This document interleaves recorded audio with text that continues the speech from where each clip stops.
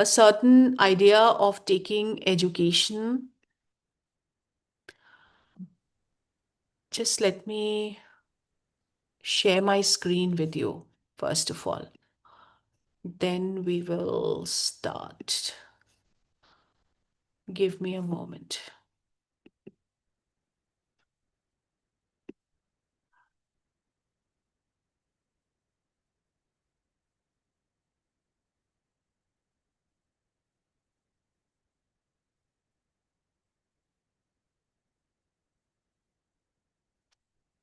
Hmm,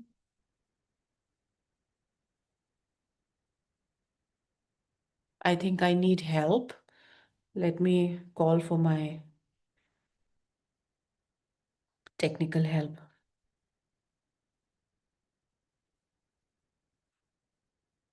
Just give me a moment.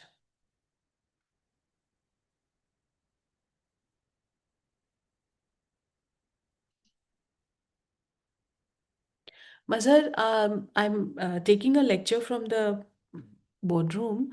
I'm not able to present my Zoom screen. आ जाना एक minute please यहाँ.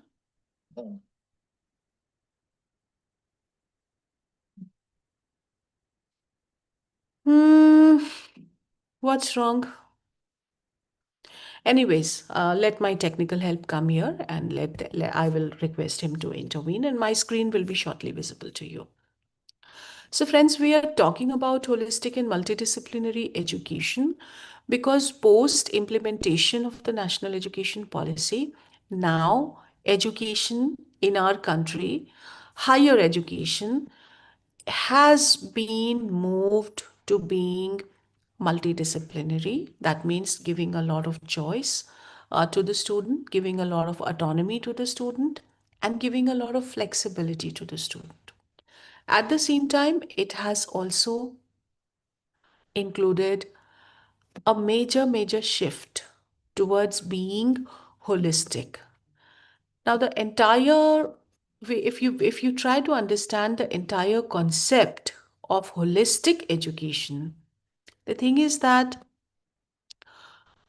of course, degree programs, graduate programs are supposed to be in a certain discipline on a particular domain in a particular subject area.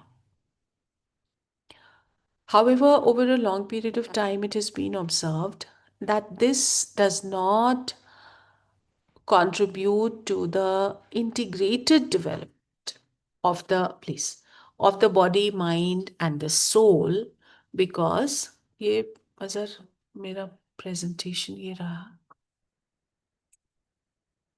मैंने यहाँ खोल रखा है holistic and multidisciplinary education. ये मुझे zoom में चाहिए.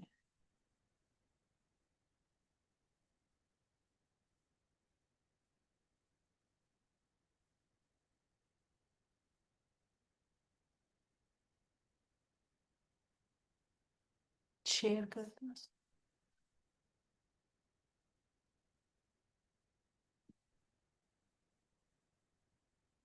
Thank you. So participants, can you now see my screen? Will somebody confirm?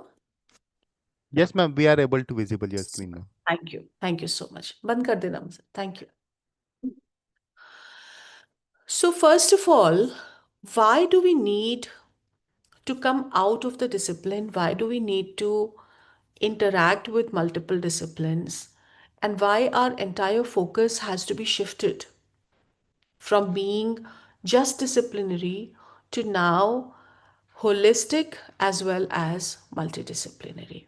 So as I said in the beginning, that it has been observed that education has not been able to achieve a holistic, humanistic, idealistic development of the whole in case of higher education degree programs in graduate studies. And that is why this much needed shift, this really much needed shift.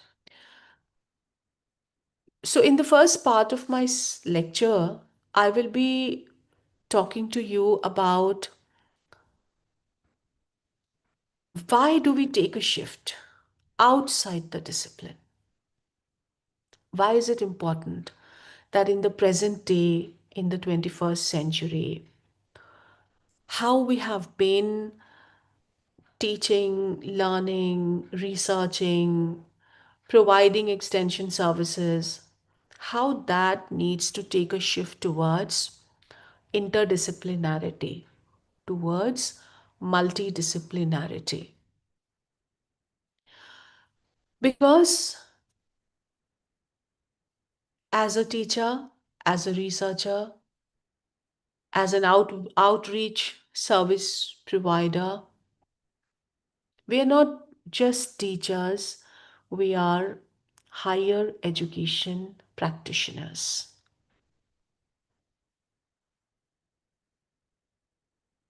We are higher education practitioners.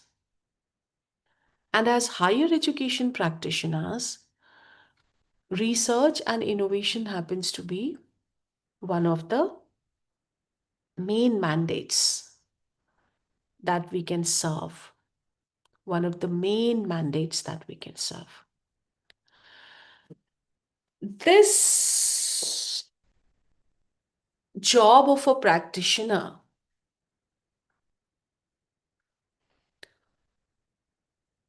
will be sustained if innovation constantly happens and innovation is constantly a part of what we do and how we practice higher education. And very clearly, the definition of innovation is, creation of new knowledge. When we innovate, either we innovate a product that can be taken by the industry for expanding the market, or when we are innovating, we are giving some principles, some theories, which go into the expansion of thought. The expansion of thought of the society, of civilization. And together, both these types of innovations are responsible for the kind of progress that we want in civilization. Now, regarding new knowledge creation, first of all, the fact is that new knowledge, all new knowledge, exists at the intersection of two disciplines. New knowledge exists at the intersection of two disciplines.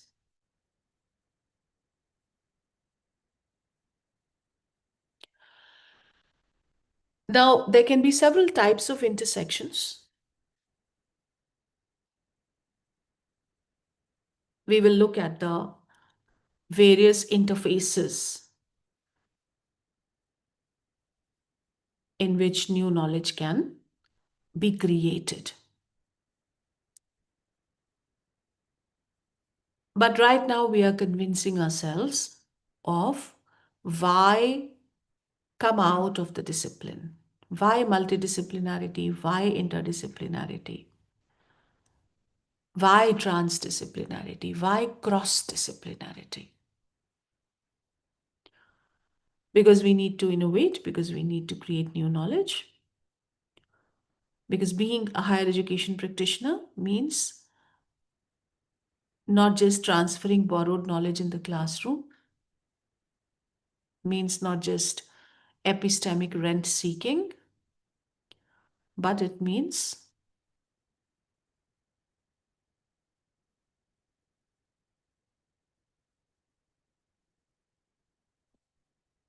innovation.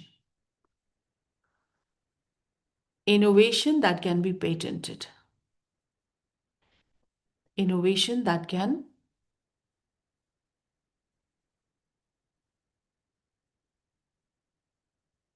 be a driving factor for the expansion of thought. Research is oriented towards solving problems of the society, giving new solutions to old problems.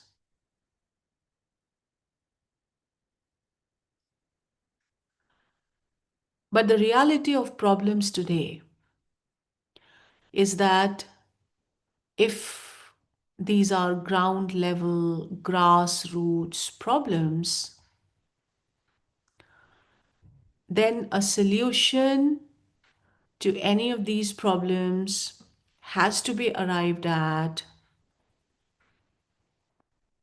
only when approached with more than two disciplines. Only when approached with more than two disciplines. Any solutions lie at that intersection where more than two disciplines are coming together.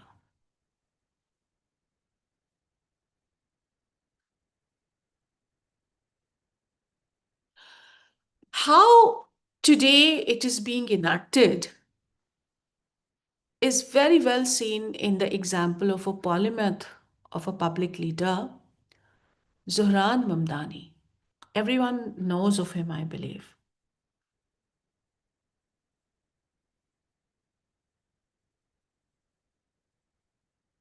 Mamdani is a person of diverse talents, and such a person is called a polymath.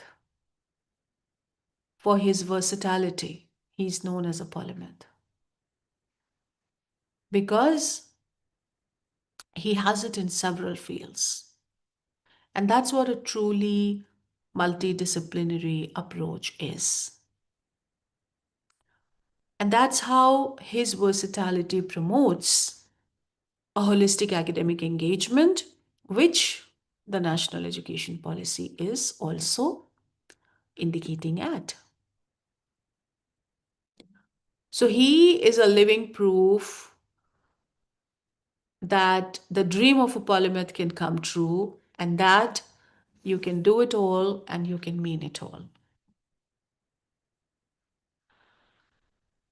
So education systems the world over have been telling students to specialize, to super specialize, to follow a path. But that has resulted in intellects being siloed, intellects being sandbagged in a silo. And post NEP, this is what we don't want. He has shown that fluidity is the revolution because he's been to poetry and now he's in policy. He's been to films and now he's in housing justice. And he's a living proof that creativity is not separate from change making. Actually, it's the engine behind it. So, from the history books, the idea of the polymath has come on the streets of New York and it has resurfaced in a generation that is connecting disciplines. It's not staying in one lane. This is a generation that sees overlap as strength and treats knowledge not as a territory to defend, but as a terrain to explore. So you look at his journey, you look at his profile of a polymath of a character, and you find that his story reminds us that just knowledge is not the real test. The real test is selfhood. And to thrive is to have the audacity to be all of who you are, everywhere you are, because doing it all is not the goal.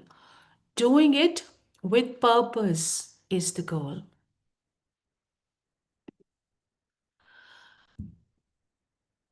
Now, friends, I will give you some example from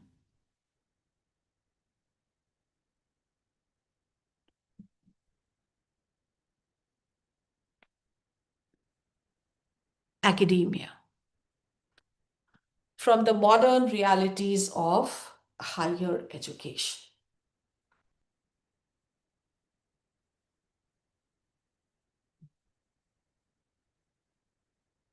In a very famous book on university leadership, the social epistemologist from the York University in UK, whose name is Richard Fuller, he has made these three important observations that inspire us towards multidisciplinarity and interdisciplinarity in universities. How we need to have an entire organizational culture that is towards interdisciplinarity.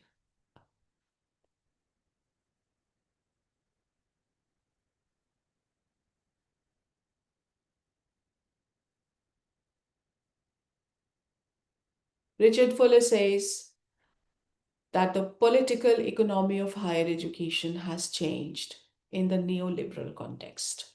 Why is he saying this? We all know that the 21st century is very different from the 20th century. The chief reshaping of the landscape of higher education has come because of digital technology, because of ICT, because of computers, because of data sciences, because of now, of course, artificial intelligence and machine learning, which happen to be a big challenge for us, all teachers, and also the advent of social media, where students' hearts and minds and thoughts are captured much more by the social media than what the teacher is trying to convey.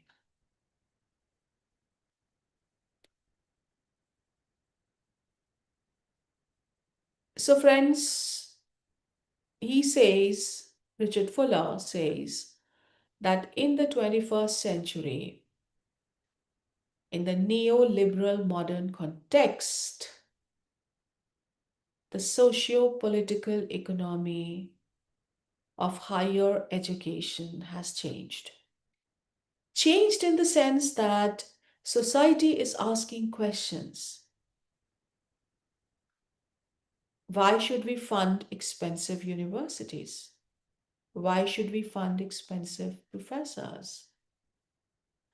What is their contribution to the growth of civilization? What is their contribution to the solutions of the problems faced by the society?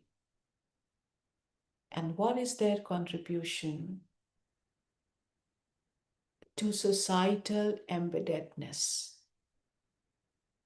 Such questions are being asked. Right? So these are changed socio-economic and change political economy of higher education. There's a total shift in the policy of the society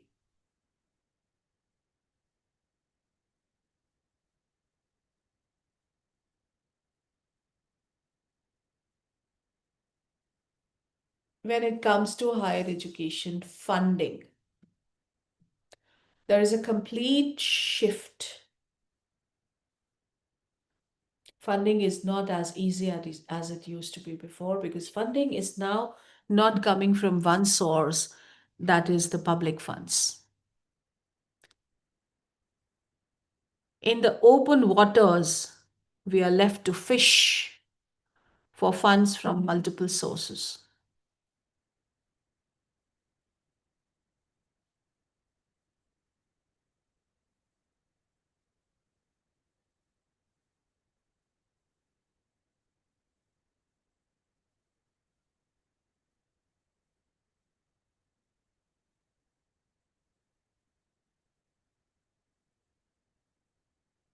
So that's one reason why we should champion interdisciplinary studies.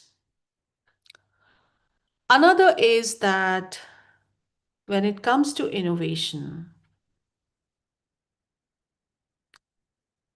it has been found that disciplinary structures in universities tend to impede intellectual innovation and obscure public access to knowledge.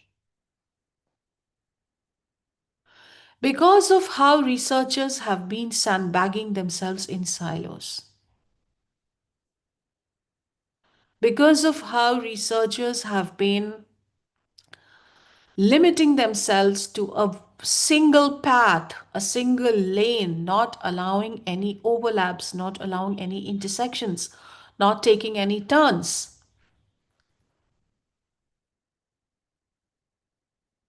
And because of how there has been a total lack of the integrated development of the body, mind, and the soul, of the social, cultural, and intellectual self of the researcher, such innovative research has not been produced that can be considered new knowledge, that can be considered innovation, or that can be considered expansion of thought. Because of disciplinary structures, sandbagging minds and creativity and imagination into a silo. Another problem with disciplinary structures is that disciplinarians are writing for each other, they are speaking for each other, and disciplinarians are not allowing themselves to let go of their jargon, jargon, technical language, technical terms. To not let go of their jargon, which is completely Greek and Latin for the public. Completely Greek, and it's all about language. When it comes to knowledge sharing, even if it's the most highly scientific, mathematical, and algebraic knowledge, when it has to become public knowledge, it has to be translated into simple schoolboy layman parlance. Disciplinary structures obscure the knowledge they produce in these technical terms, in these jargons. And that is why he says disciplines are necessary evils. The more necessary, the more evil. So that's the answer to why champion interdisciplinary studies.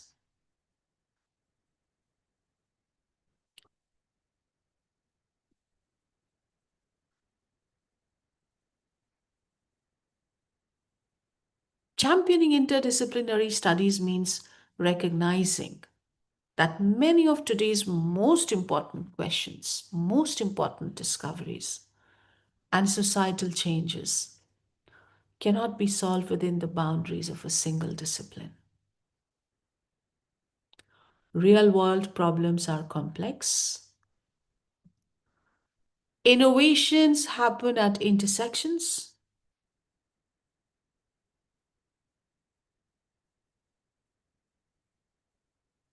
Intellectual silos.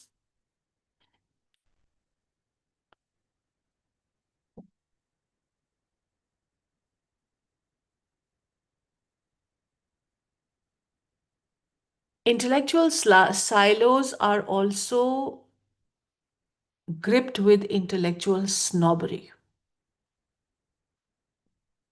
I'm sure many of you would have come across something called intellectual snobbery.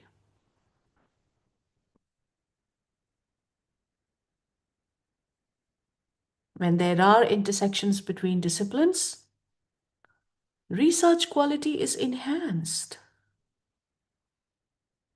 You can build adaptable scholars and professionals. And finally, you can also align with ethical and societal responsibility.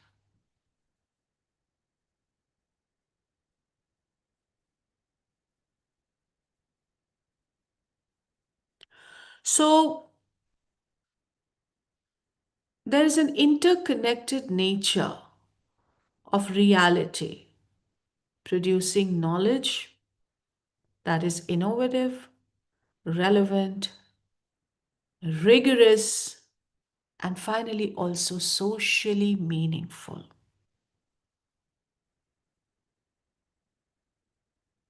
The knowledge should serve the society. And naturally, interdisciplinary scholarship connects research with community needs, it has policy relevance, and it also has a cultural context. So it supports socially responsible science and scholarship. These socially responsible scholars are adaptable, they are professionals.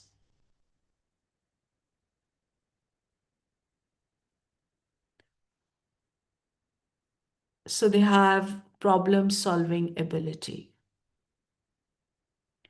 they have critical thinking, they can collaborate, they have collaborative competence.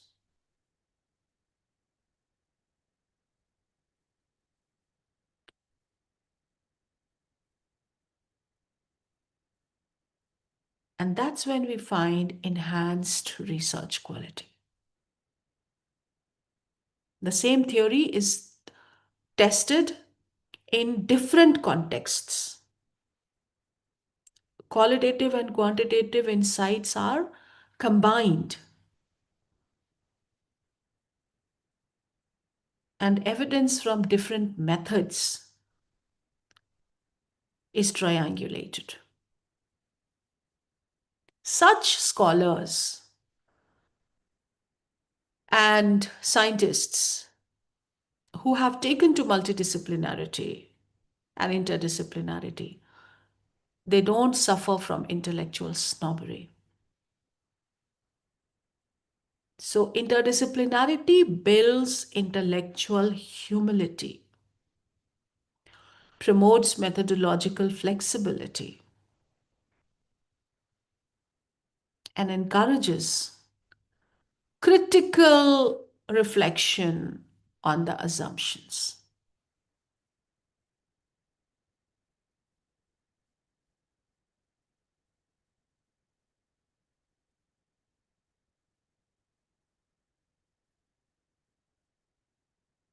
So we have to let the knowledge systems interact. We have to let them generate novel methods, novel frameworks, and novel solutions.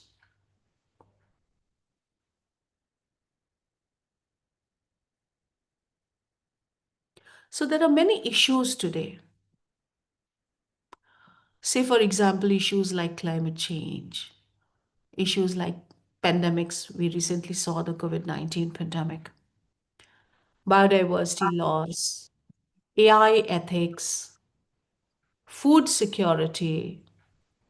These are real life, present day issues which span multiple domains. And if you want to solve these real life, present day issues, then you have to combine the insights of multiple fields like biology, economics, sociology, engineering, ethics. A single discipline offers depth, but an interdisciplinary work offers depth as well as relevance, right? So, what is there in front of you, friends? is the level of interdisciplinarity that one can achieve. And these are the stepwise height ascension intersections available for us: intradisciplinary, cross-disciplinary, multidisciplinary, interdisciplinary, and transdisciplinary.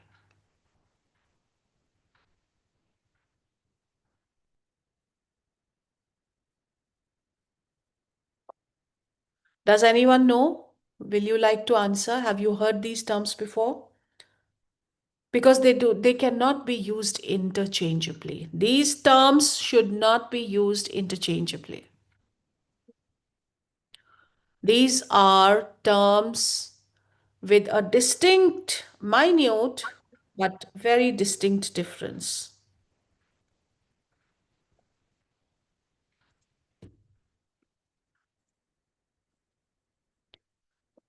What is cross-disciplinary, multidisciplinary, interdisciplinary, and transdisciplinary? बस मुझे Yes. Would you like to answer, Chandrakantji? इधर भी पढ़ा हाँ Anyone? Participants?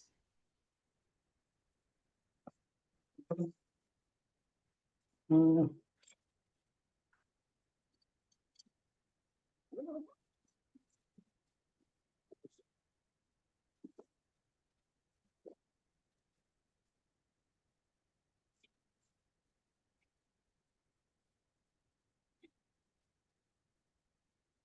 Anyone?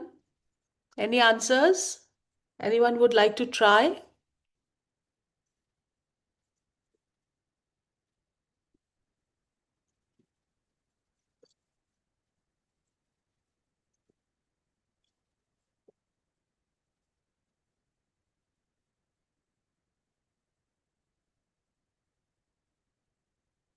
Chandrakantji, you need to mute yourself. Yes, can you see the screen, participants? Screen still visible or not?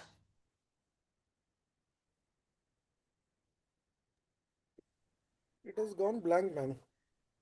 Blurred. Yes, it has blacked out. Blacked out.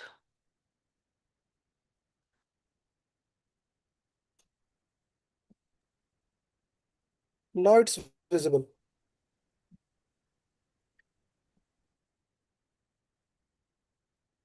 You can see now? Yes, it's visible now. Okay. Thank you. Thank you for confirming, sir. Yes, so friends, would anyone like to attempt in describing these 5 terms that I've written here for you?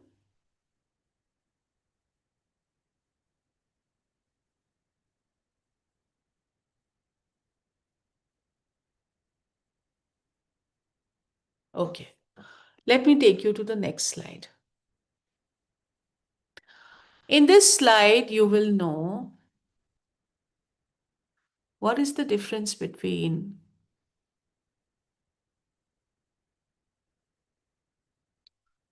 disciplinary, intradisciplinary, cross-disciplinary, interdisciplinary, multidisciplinary, and transdisciplinary.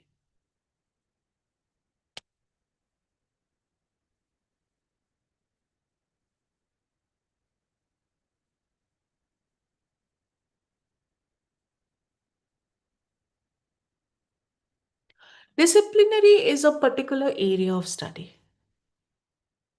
especially a subject studied at a college or a university. All of it.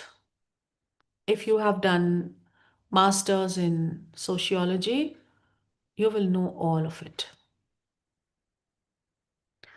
Then you come to a certain level of specialization in that discipline. So from disciplinary, you become intradisciplinary. Maybe you select a sub area from the overall area of your graduate studies. A sub area.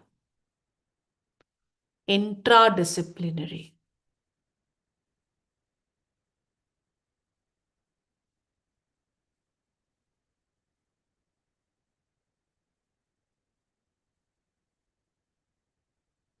Say, for example, you've been a sociologist at your master's, and now for your master's dissertation, you pick up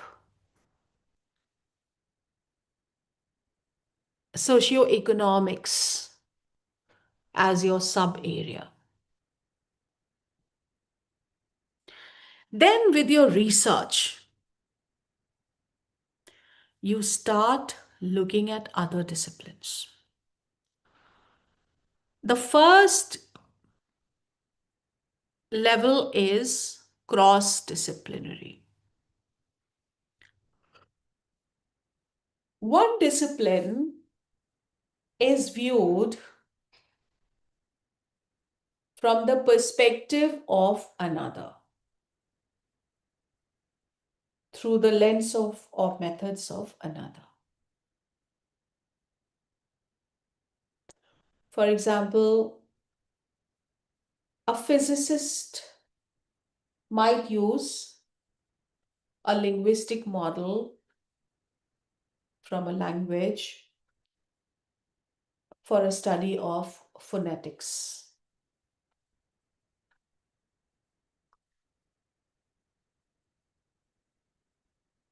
For example, psychological theory can be used for literary analysis. It's cross-disciplinary. So from where you are, from your discipline, you have given a tool to your colleague in another discipline for solving a problem at his end, at her end. So here the level of interaction is very low. It's just that one discipline has applied to another.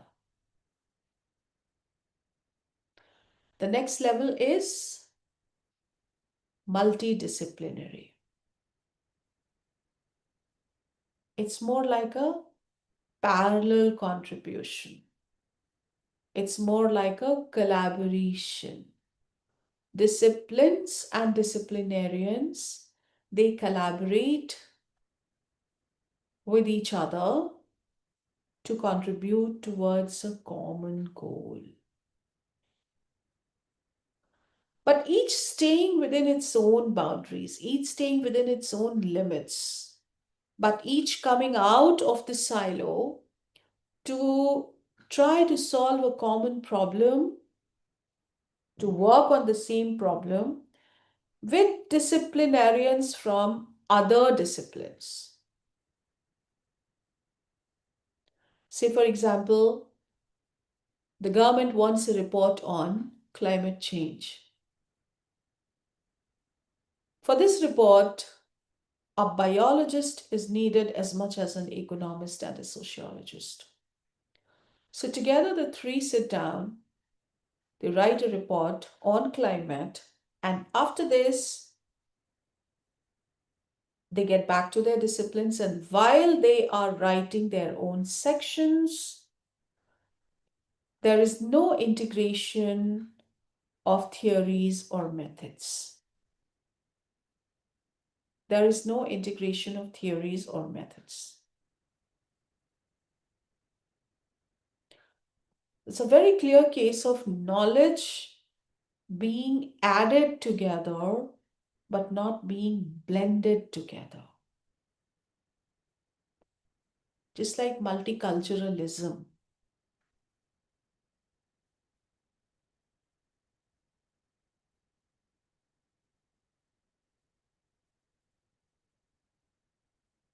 Here, the level of interaction is a little high.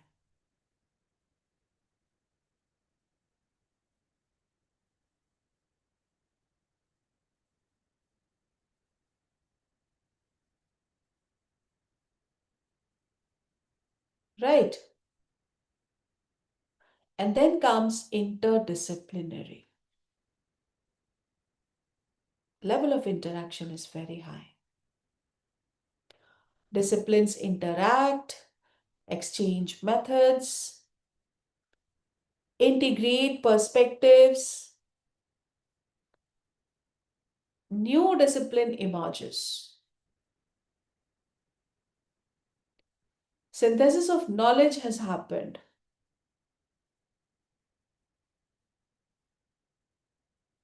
Methods and approaches from different disciplines have come together. That is interdisciplinary. New discipline has emerged. Methods have been exchanged. Intersections and integrations have been made. For example,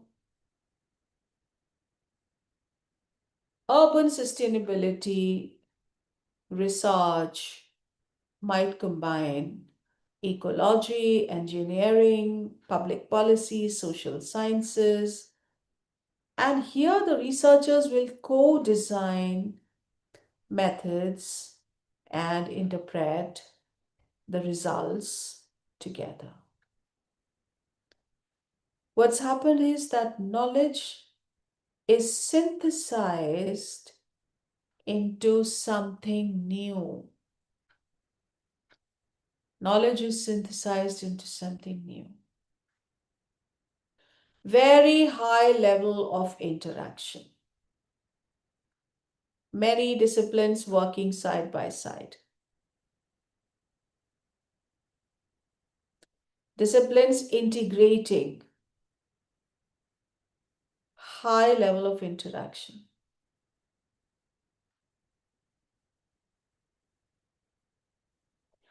Now the last and final is transdisciplinary. Trans means beyond.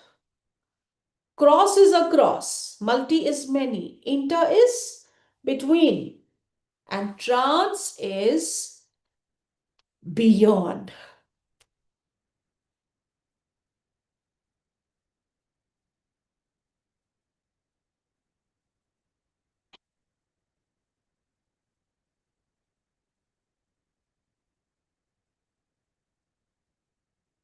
Beyond means going outside the discipline.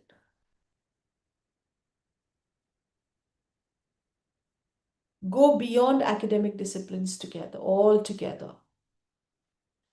Integrate scholarly knowledge with non-academic knowledge systems. There are many other intellectual frameworks. So here the idea is a co-creation beyond academia.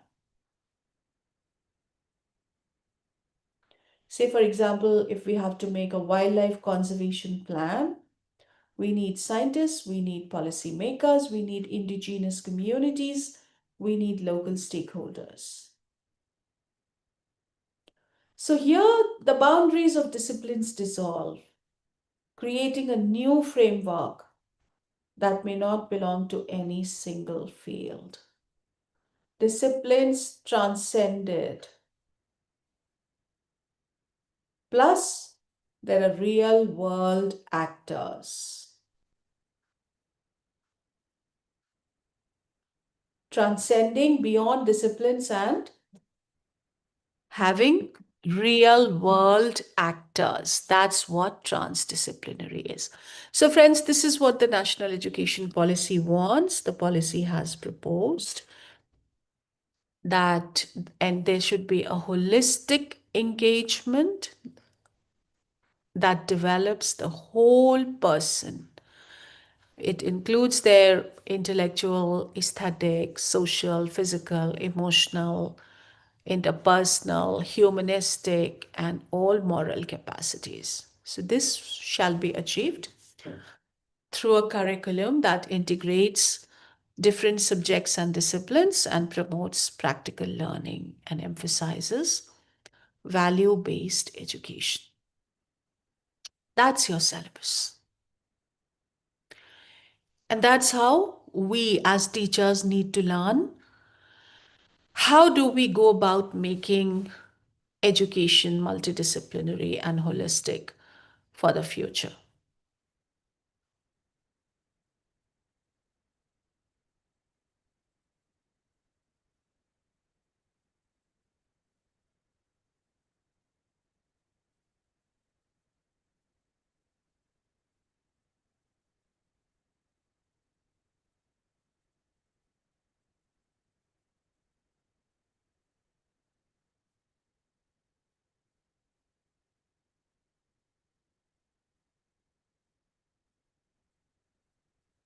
Look at your syllabus.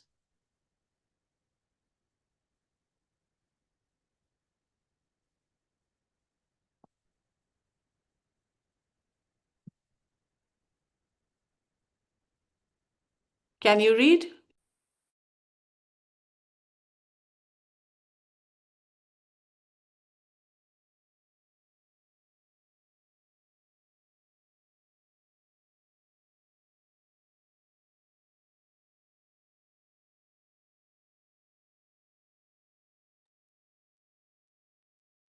In the 3 sections, what does this say?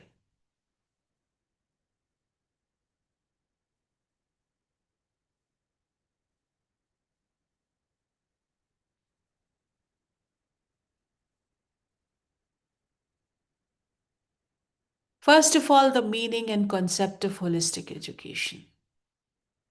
And NEP says holistic education has been enshrined in many scriptures like Bhagavad Gita, where we find India-centric holistic living, which enables the development, the holistic development of the individual by integrating the development of the body, mind, intellect, and soul. It emphasizes the importance of physical and mental health by reintroducing in this country the concept of Guru Shishya Parampara and the Gurukul approaches of teaching and learning. The ancient institutions of holistic learning like Takshashila, Nalanda, and Vikramshila, where there used to be a teacher-pupil rapport, man-making and character building was happening. They have a lot to tell us about how holistic education can be achieved.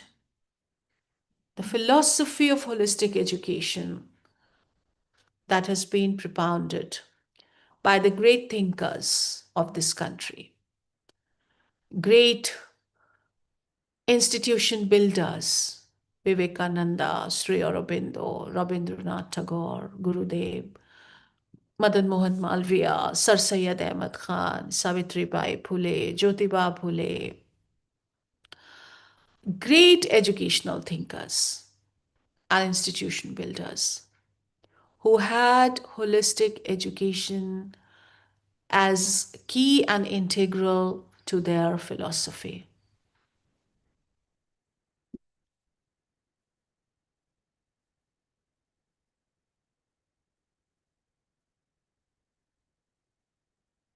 And then the next sub-theme is about, as you can see, how we are going to build it as part of the curriculum. So far, it's not that we were against holistic development, that we were not doing anything for the overall well-rounded development of the student personalities, but we were doing it in the co-curricular activities, in the co-scholastic activities, or let's say extracurricular activities. Now, with the advent of the NEP and how we are transforming the way higher education is practiced in the country, the extracurricular has become curricular. The point is this: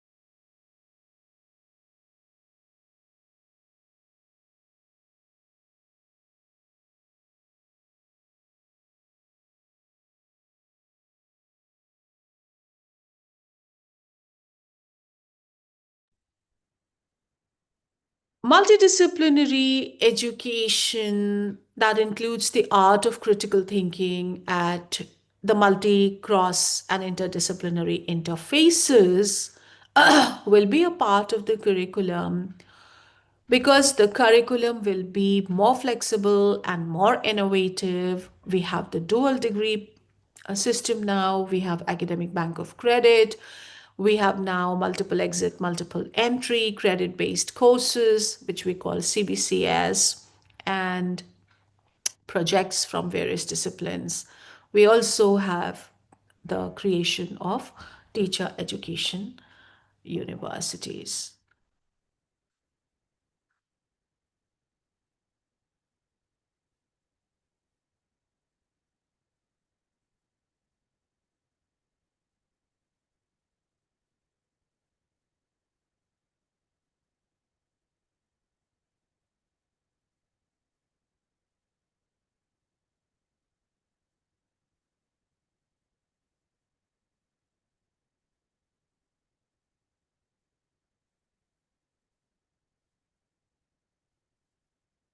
The last sub-theme here is human values, ethics, personality development, and environmental education. Considering that an integrated development of the body, mind, and soul happens only in the presence of some values and ethics, and considering that values and ethics are integral to an impressive personality, a healthy mind can live in a healthy body, and a healthy body can live only in a healthy environment.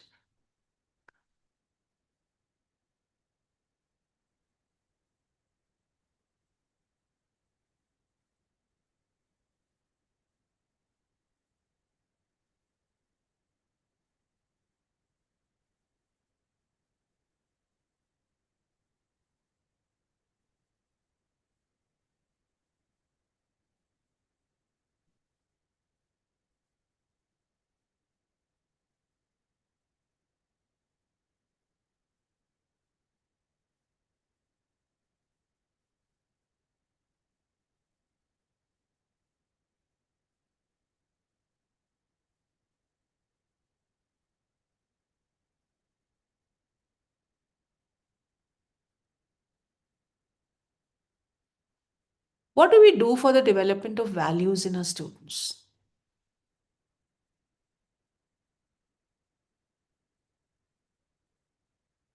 What is the definition, purpose, and significance of the values? How are they classified in the present world? Salient values for life being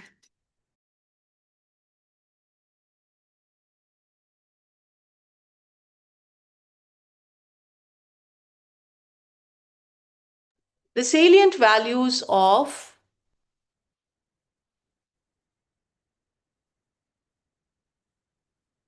life being Purushartha, Dharma, Artha, Moksha, Dharma, Artha, Kama, Moksha, truth, commitment, honesty, and integrity, forgiveness and love, emotions, empathy, and the ability to sacrifice, life skills, rational thought, courage and resilience, simplicity, tolerance, care, unity, inclusiveness,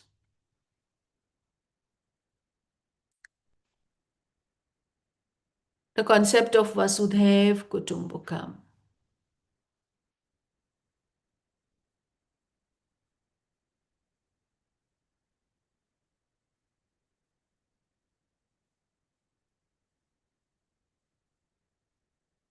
How we have considered the whole world to be one family.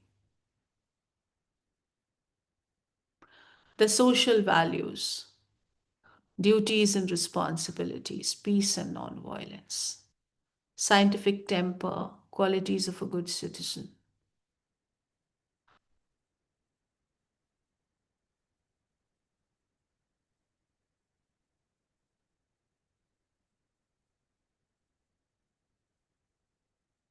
And then coming to the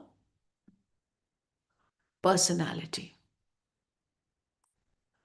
Introduction to ethics, character and conduct, development of morality, instinct and conscience, moral standards, absolute and relative ethics, nationality, patriotism, love to motherland and mother languages, self analysis, out of box thinking, attitude, motivation, goal setting, short term and long term goals, time management.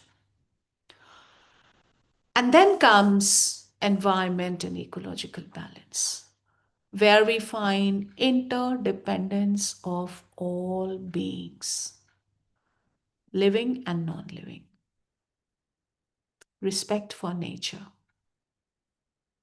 environmental conservation and enrichment, aesthetic sense, climate change, pollution, waste management, sanitation, biological diversity conservation, biological resource and biodiversity management, forest and wildlife conservation, and also sustainable development and living. All this is a part of holistic and multidisciplinary education. This came as an eclectic and inclusive movement that emerged in the mid 1980s as a response to the then dominant worldview of mainstream education.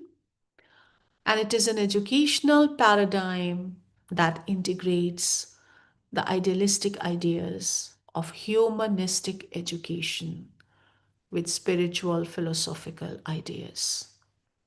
It incorporates principles of spirituality, wholeness, and interconnectedness, along with principles of freedom, autonomy, and democracy. And holistic education theorists have assumed an integration of what most progressive and democratic movements in education have proposed should be kept separate, namely spirituality and humanistic ideals. So while these principles may be combined philosophically into an ideal of education, the question is, could they be jointly applied in an approach to education? Yes, why not? It's a road not taken, and this may make a lot of difference, the entire difference. In the words of Robert Frost, a great poet, two roads diverged in a yellow wood, and sorry I could not travel both, and be one traveler. Long I stood, and looked down one as far as I could, to where it bent in the undergrowth. Then took the other, as just as fair, and having perhaps the better claim, because it was grassy and wanted wear. Though as for that the passing there had worn them really about the same, and both that morning equally lay, in leaves no step had trodden black. Oh, I kept the first for another day, yet knowing how way leads on to way, I doubted if I should ever come back. I shall be telling this with a sigh. Somewhere, ages and ages hence, two roads diverged in a wood, and I took the one less traveled by, and that has made all the difference. So maybe we are taking a deviation from the mainstream, but that might make a lot of difference. I'm giving you two examples from two of the top 100 universities of the world I've personally visited, where integrated multidisciplinary programs are already being offered. There's a program for medical students where fourth year students can take an advanced competency in integrative health and come back to their medical education. There is integrative health training clerkship that other students can take in the Ohio State University Wexner Medical Center.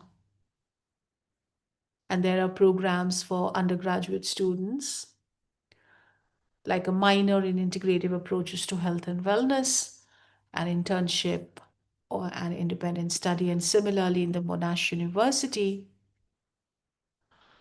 a project on making healthcare enriched with cultural sensitivity and delivered by a unified team of professionals working in tandem. The impact on patient health outcomes was found very profound. The patients found it collaborative, interesting, friendly, enriching, etc., etc. One of the finest examples of multidisciplinary innovative research where new knowledge was created can be given in the form of the Hardy-Weinberg law, which is taught in genetics textbooks as one of the most important theories for proving the laws of inheritance. And for this law, which has solved the problem of inheritance and which is being used in plant breeding and other genetic studies, its textbook knowledge, two scientists came together in the Cambridge University. One was Godfrey Harold Hardy, who was one of the greatest mathematicians the world has produced. And we know him, we find him very endearing. For what? For being the supervisor of our very own Srinivas Ramanujan. Our very own Srinivas Ramanujan. Hardy. And the other was Wilhelm Weinberg, a German geneticist in Cambridge. They met each other quite frequently at the Cambridge cricket grounds. They loved playing cricket. And that is where Hardy found Wilhelm Weinberg is somewhat distraught.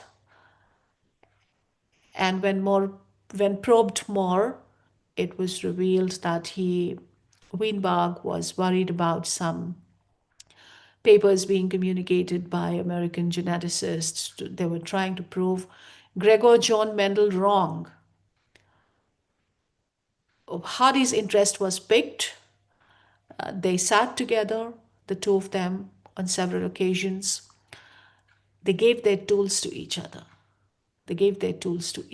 There was no integration for the development of a new discipline, but this was a very fine example of cross-disciplinary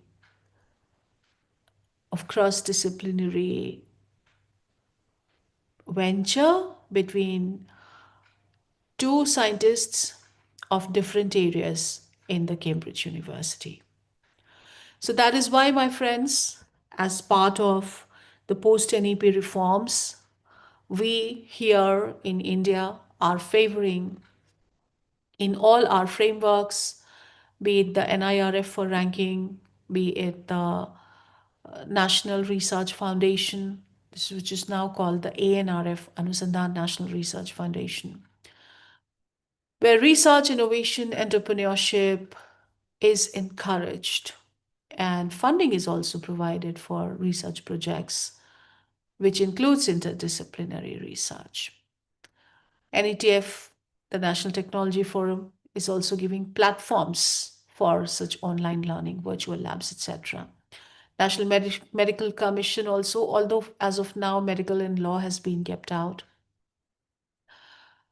Medical education reforms for making it holistic and patient-centric, and have more focus on community health and preventive care. The NCTE, which is responsible for teacher education, has also been working to improve the quality of teacher training and ensure that teachers are equipped to deliver holistic and multidisciplinary education.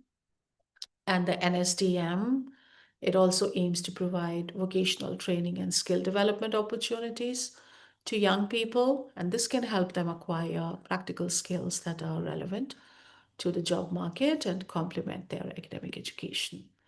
Flexible curriculum, CBCS, and all the multidisciplinary programs that we have is another. And finally, as part of the quality mandate, there is focus on increased community engagement, successful career professionals attributing their skills to such learning experiences where they were made to do.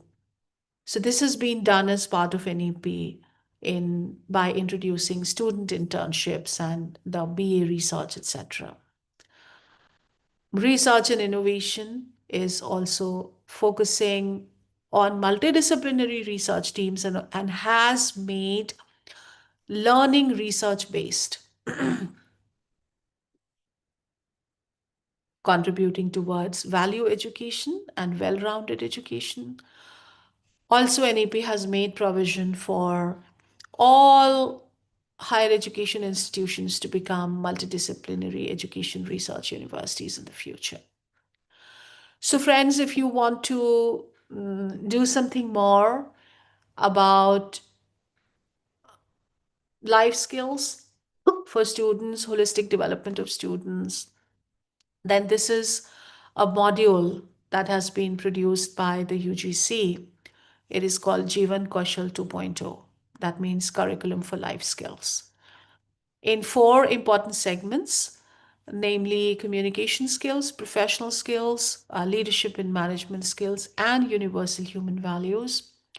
This document that was brought out by the UGC as part of the in the year of India's G20 presidency.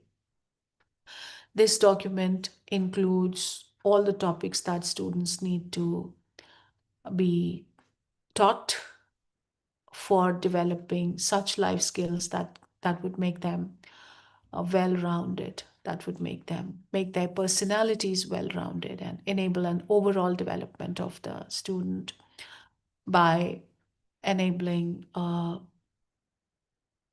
an integrated development of the body, mind, and soul, of the social, cultural, moral, intellectual, all other capacities. So with that, I come to an end. I'm still here for another 2-3 minutes in case there are any questions. Allow me to stop sharing my screen. Thank you. Thank you very much. Thank you for listening. Thank you, ma'am. Thank you so much. Participant, if you have any queries or the question with regards to particular this session, you can directly ask to Professor Abbasi, ma'am. Please, anyone. It will be really appreciable.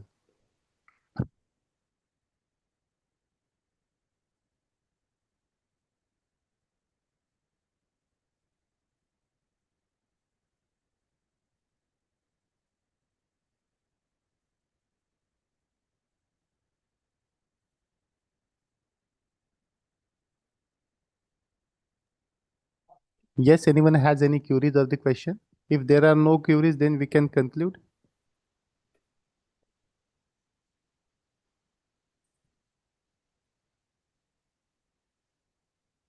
Either you can confirm if there are no more queries, don't so we can conclude the session.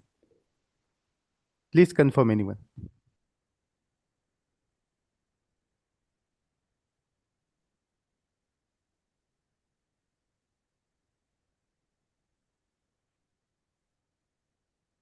Yes, sir. No queries. Thank you, Okay. ma'am. Thank- Thank you, sir. Thank you. Thank you so much. Shall we conclude, ma'am, if you could permit? Yes, please. Yes.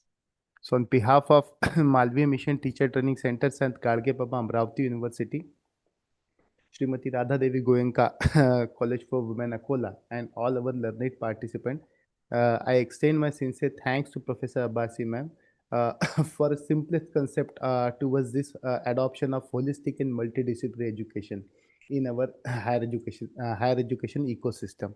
We are really thankful to you, ma'am. You have explained this complex concept in a very simplest way, and we are real thankful to you and assure you that definitely your input will be very valuable and this will be useful in our futuristic perspective. With this, I once again extend my sincere thanks for your precious time and thought-provoking session here.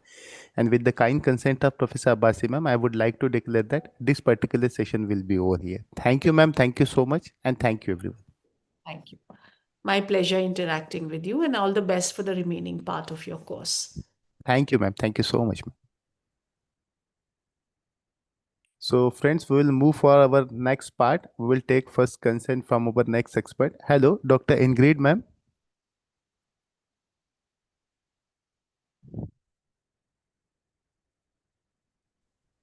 Good afternoon.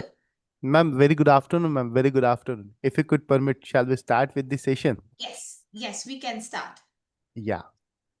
So, friends, good afternoon once again. As I have already told you that the today's session have been split into the two different parts, and the both part of the today's sessions are very much important.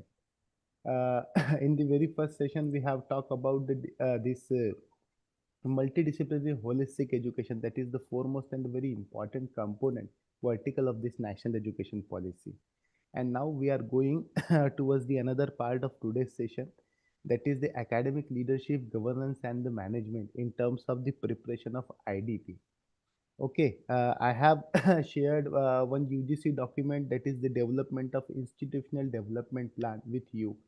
And nowadays you know that the policymakers or the all this is accreditation framework are continuously asking for the development of IDP. So for friends, what is this IDP? You know that we are hearing since from couple of 2 or 3 years we are hearing this term Vikasit Bharat, and our honorable prime minister has said that agenda of Vikasit Bharat, and according to that our country, great country, will make Vikasit by 2047. And different ministries or the sectoral council has developed their own plan, short term plan, mid term plan and long term plan. So accordingly, in the education sector there will be institutional development plan that UGC has already released the guidelines, and I think couple of institutes are already their own plan. But now in terms of that guidelines, we have to develop our IDP. And to discuss this very crucial issue, today we have with us a very scholarly personality, scholarly and the senior personality, Dr. Ingrid Anne, ma'am. Ma'am, first of all, I extend my warm welcome to you on behalf of the Malvi Mission Teacher Training Center and all learned participants to this flagship program, and particular to this session. Friends, Dr. Ingrid ma'am is at present serving as the assistant professor and the coordinator at this Malvi Mission Teacher Training Center at the Goa University, Goa. Being the faculty of this Malvi Mission Teacher Training Center, she has the similar responsibility on her shoulder to sensitize, make aware, and the trained faculty members and make them the capable towards the adoption and the implementation of this national education policy. She is instrumentally engaged in designing, delivering, and executing the n number of faculty training program that include the orientation program, faculty induction program, different refresher courses, faculty development program, faculty short-term training programs, and particularly this national NEP orientation and sensitization program. And till that, she has trained the thousands of faculty from the different training programs through this University of Goa MMTTC center. She has also engaged in the research as well as the teaching learning, and she is the member of different academic bodies that includes the board of studies at her university. She is associated with the different university in terms of faculty training as well as the research. So friends, this is a brief introduction with regards to Dr. Ingrid Ane, ma'am. Today she will exchange her thought on this institutional development plan in terms of academic leadership, governance and the management, which is a foremost theme of this flagship program. So ma'am, I once again extend my warm welcome to you, and now may I request you to please start with your session. Ma'am, please. Thank you so much for your kind introduction. And I would like to thank at the outset Professor Mohammed Atiq for giving me this opportunity to share my thoughts with you once again on this platform. Good morning, everyone. Good afternoon, everyone, and welcome to this session of the Academic Leadership, Governance and Management. And this part is normally made up of 3 sub-themes. That is the academic leadership, the institutional development plan, and the management and governance. So I'll be dealing with the institutional development plan, that's the IDP. So academic leadership, governance and management. Academic leadership is critical for an institute to deliver on its mandate. The leadership drives key initiatives and mechanisms for performance excellence of any institute. So one should always have a leadership, someone should be there to make the others follow so that we can always build towards our final vision, what we want to see. So with our positive character, positive thoughts, with our key initiatives, one can have an excellence in an institution. An administrator on academic leadership, so it could be in either ways, can create conditions that can either break or make an institute. So if one makes a good decision that would make that institute excel, one false move can break the institute. So one should always have a feedback from one's teammates, from the stakeholders to know exactly what should happen and how one can go forward to make an institute successful. For effective decision making and exhibiting leadership skills, it's crucial to gain training and enhance one's capacity.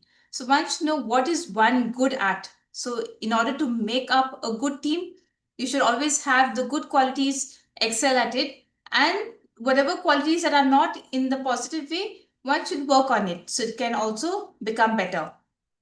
Governance and management are both related to administrative changes as well as overall institutional development. Hence, equipping with the leadership with the right attitude, skills, and knowledge, it becomes pertinent. So on to the institutional development plan. A plan is a roadmap, exactly in what direction you should walk into. So a roadmap for planning the vision, the mission, the goals of an institute to align with NEP 2020. So the development plan is actually aligning itself to know exactly how you can achieve what you want to achieve in the next 20-30 years. Okay.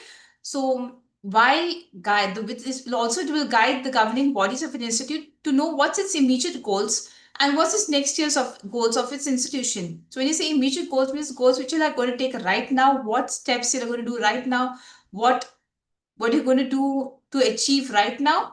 And when we say next year's, it is not just next year, 2027, but it would be like next years, in the next 5 years, in the next 10 years, in the next 15 years, what you're going to envision, what is going to be your final vision. Okay. So a guide for the key work area for the workforce of the higher education can be in a short-term basis, a mid-term basis, or even in a long-term basis. So you can have different plans for different areas. So you will know exactly short-term, have I achieved this plan? Yes. Now I can go on for my next future plans. Mid-term plan, long-term plan. So this all has to be decided and planned accordingly, very meticulously, to know exactly how you can go forward with it.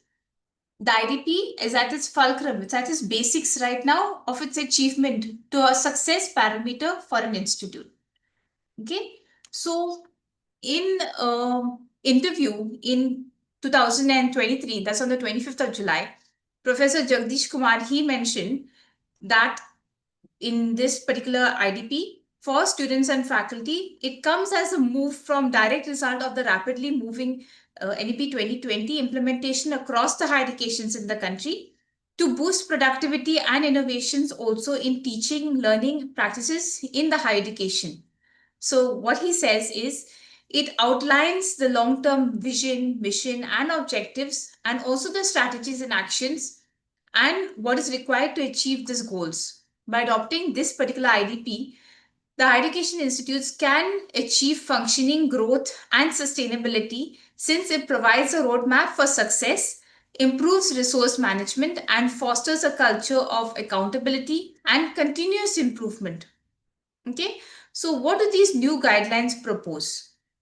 As the higher education governing body is in the process of facilitating a wide transforming of existing curricula to new teaching and learning methods, The new set of guidelines is a direct influence of UGC's proactive achievements and its attempts to make academia and research standards excel. So these are few of its guidelines that it proposes, that is the physical restructuring of campuses.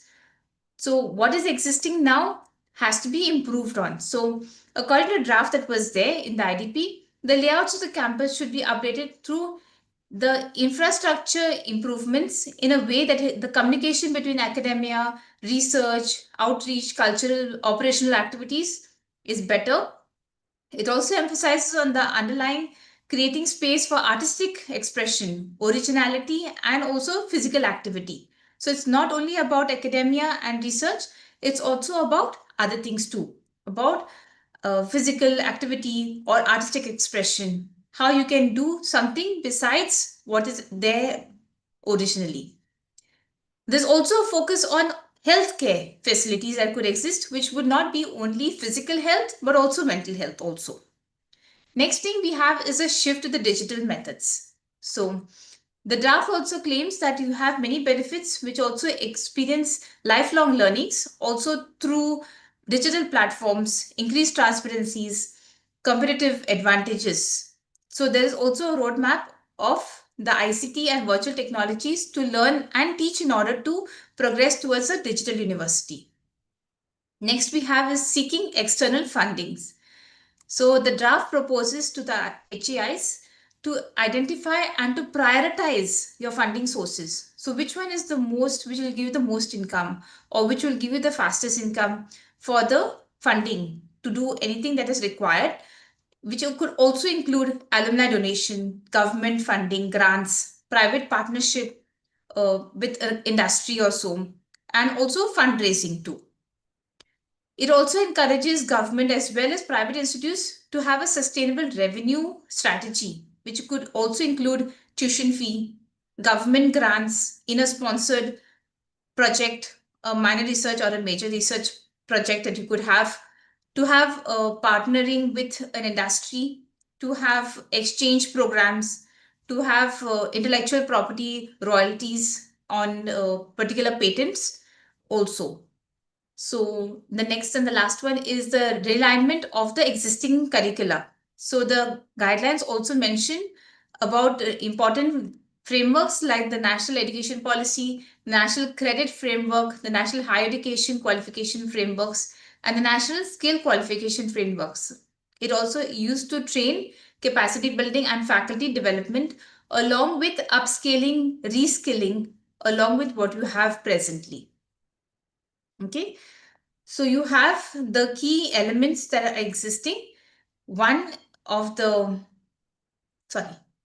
key elements of a good IDP, vision and mission. You have to be clear and concise. Now, when we say clear and concise, this means you have to use like very simple language. The language should be in such a way that it should be memorable. One should be able to realize what you are doing with this vision and mission. What your vision is, you should be able to propagate to everyone to know, yes, this is a good institution having a good vision, having a good mission to do it, and one can remember it to say, yes, this is what it should be. It should be ambitious and inspiring. Once looking at it, everyone should feel like, yes, I would like to be a part of it, and I would like to be the inspiring person to do it, and yes, we can work together to make it possible. Measurable and achievable. It should be something that can be measured. You should be able to say like, yes, I can finish this much in this many years. This should be my target. This should be my objective, or this should be my goal. And it should be achievable. It should be nothing that it should just go on and on, that it will not be possible at all. And it should not be imaginary or so. It should be exactly what you want it to happen. It should be achieved within its certain time limit or so. Align with the institutional values. So your institution is standing for good values or so, and it should align with the values that you are existing with and with you are incorporated with to build a good institution morally. Okay, so going on to the institutional development plan, we have under the NEP 2020, the institutional development plan is a blueprint. So blueprint is something that you have as a basic that should be existing to have different plans and should align all the higher education institutes with the NEP 2020 goals and focus on governance, quality, innovation, inclusivity. So you should have good governance. It should have good qualities, something that should be of high quality at a lower rate or so. Innovation, you should have new items brought in. It shouldn't be something that is copied or so. Inclusivity should include everyone. Emphasis on autonomy, accountability, and flexibility. So one should be flexible and also account to what is exactly happening. Okay, so this is what we should envision our future institutions to look like. This is a multidisciplinary institution where you have different departments of different disciplines existing all around, and you have the main administrative section in the center, which will be easy to communicate with one another from different ends of the departments. We'll be coming also with this in details in the future slides. Okay, so it should have a large campus which can incorporate a large number of students and different disciplines, so that the students have the opportunity of having to choose different types of subjects according to their preferences. So this is according to the 10th module in the document. You have the transformation of higher education institutes into large multidisciplinary universities, and also the higher education clusters on hubs of having 3,000 or more students. So one should be able to have 3,000 or more students, so that one will be able to incorporate and have a large number of students on campus. So we would have the students becoming well all-rounders, having communication with their scholars and peers, and have a different sense of creativity and analytical subjects besides the usual subjects. So you could have sports also across disciplines. You can have a cross-disciplinary research. You can have an interdisciplinary research. You don't have to stick to only one particular discipline, but you could have a multidisciplinary institute. Next you have is the moving to higher multidisciplinary universities and higher education clusters. You have the different ways of the institute that was done in the past. We used to have a large number of students in our previous ancient Indian universities like the Takshashila or the Nalanda or the Vikramshila, which had thousands and thousands of students from across India studying in multidisciplinary institutes, having great success with large multidisciplinary institutes, having different research taking place or even teaching taking place.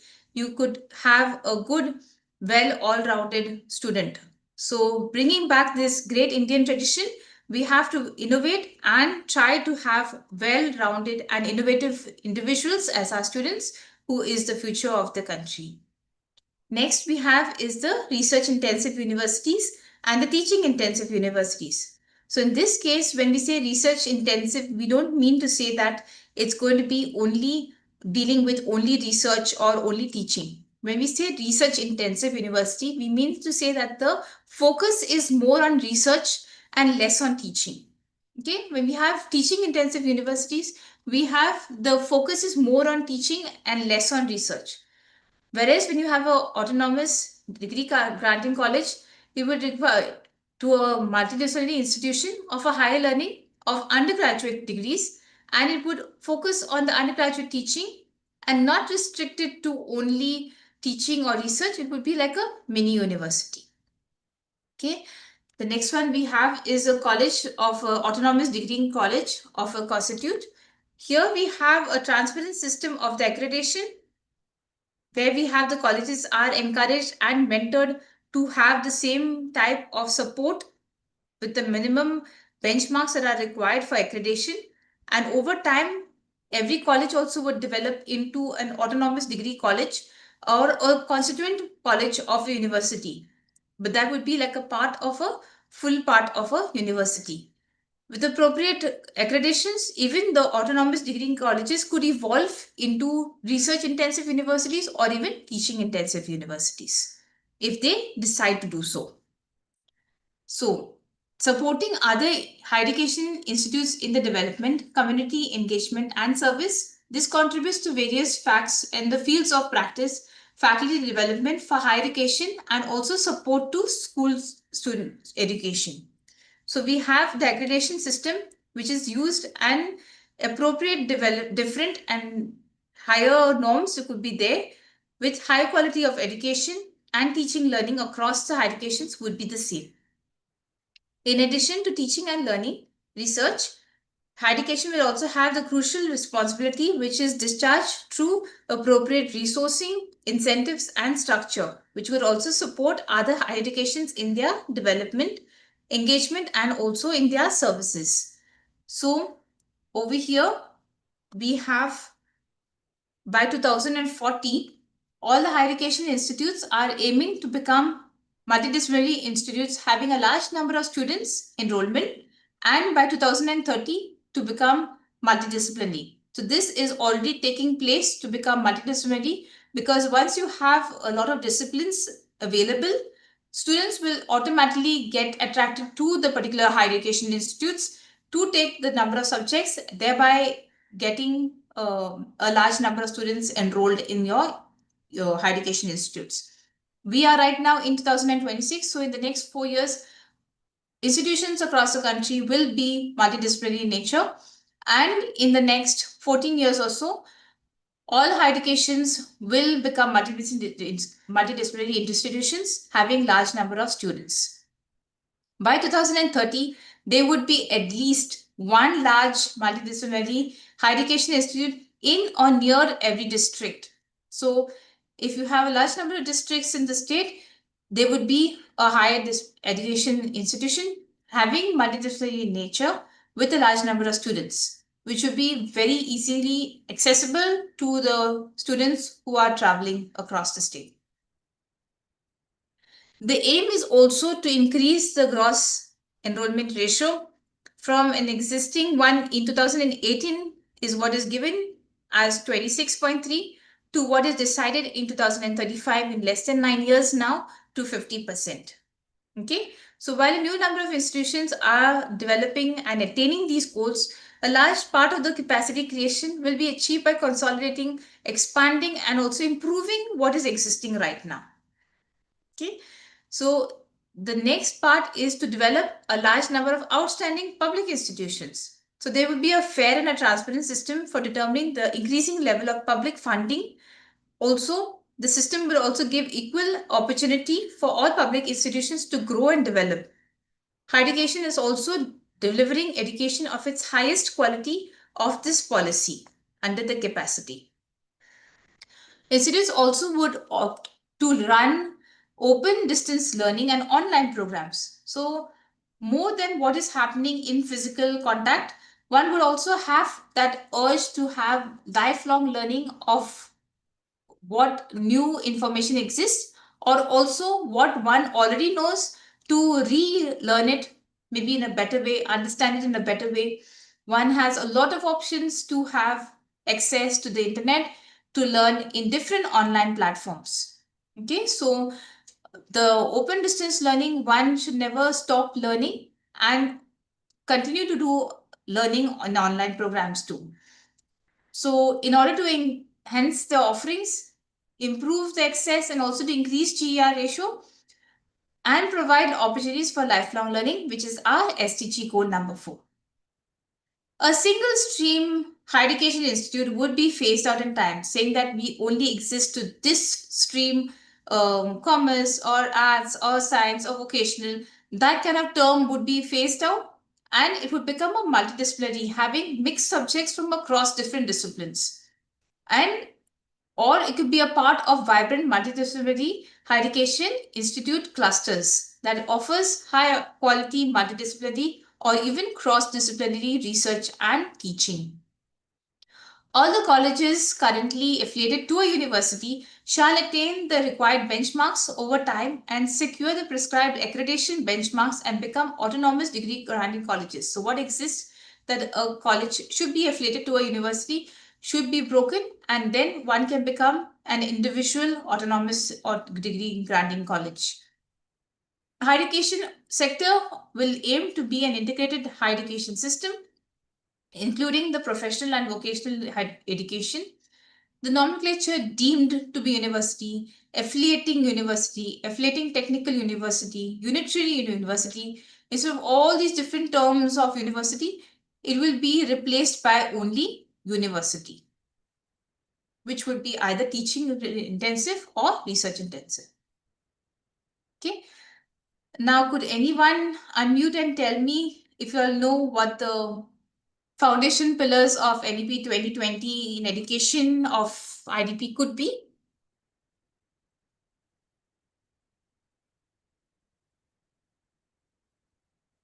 Anyone?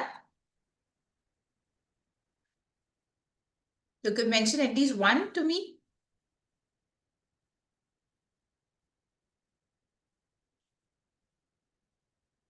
Is anyone online? It's Am I audible? accountability. Yes.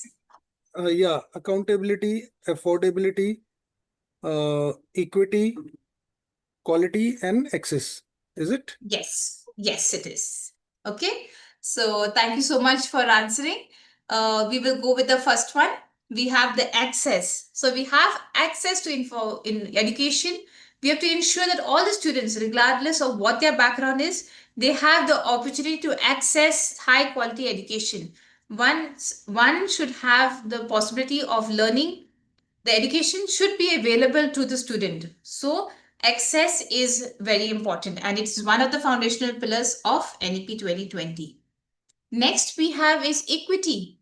In the case of equity, this is actually fostering an inclusive environment that promotes equal opportunities, particularly for disadvantaged groups, and bridging the gender gap.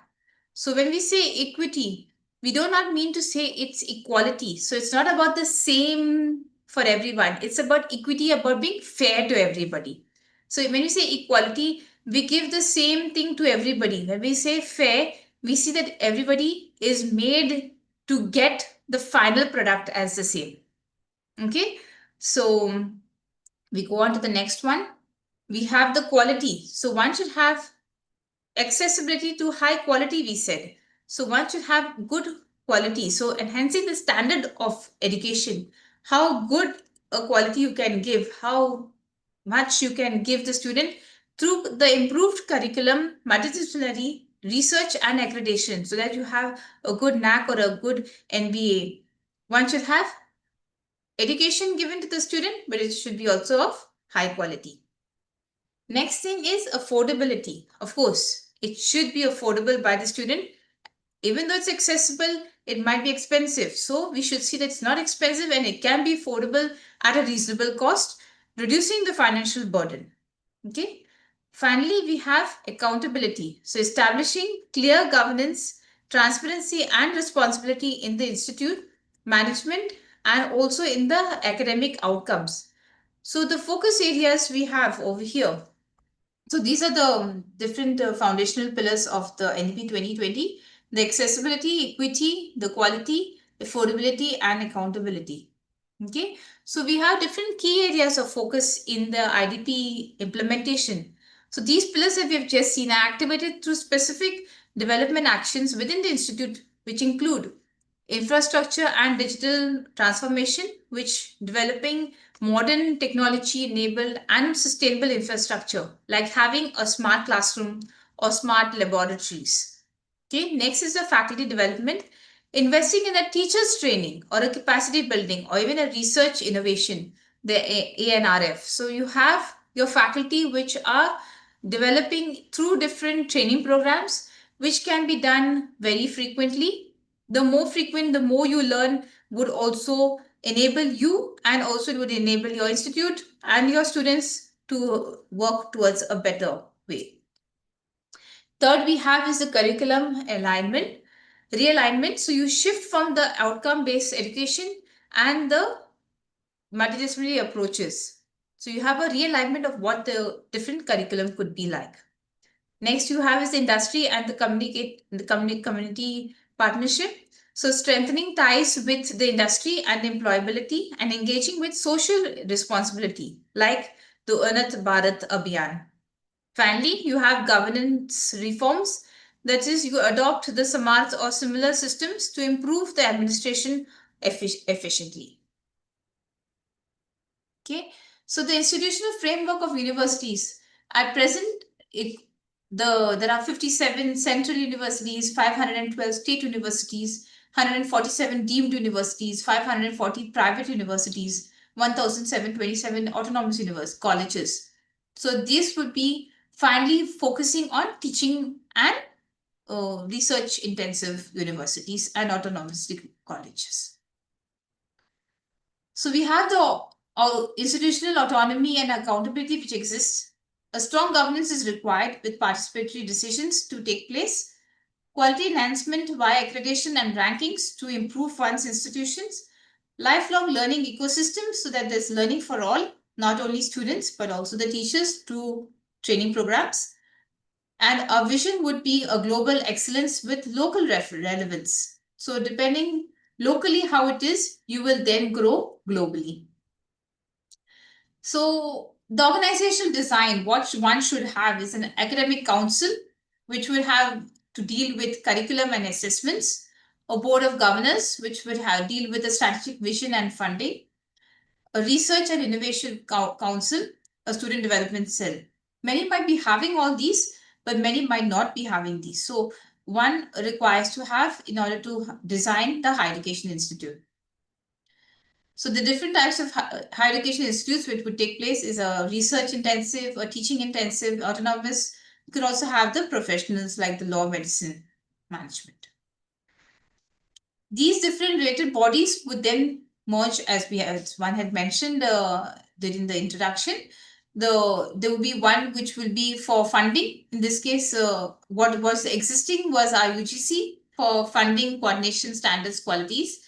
The AICT for the technical education and regulation, dealing with teacher education, agricultural education, medical education, pharmacy education. So national bodies then go to what is required out of each body in a particular department also. State higher education councils also would exist.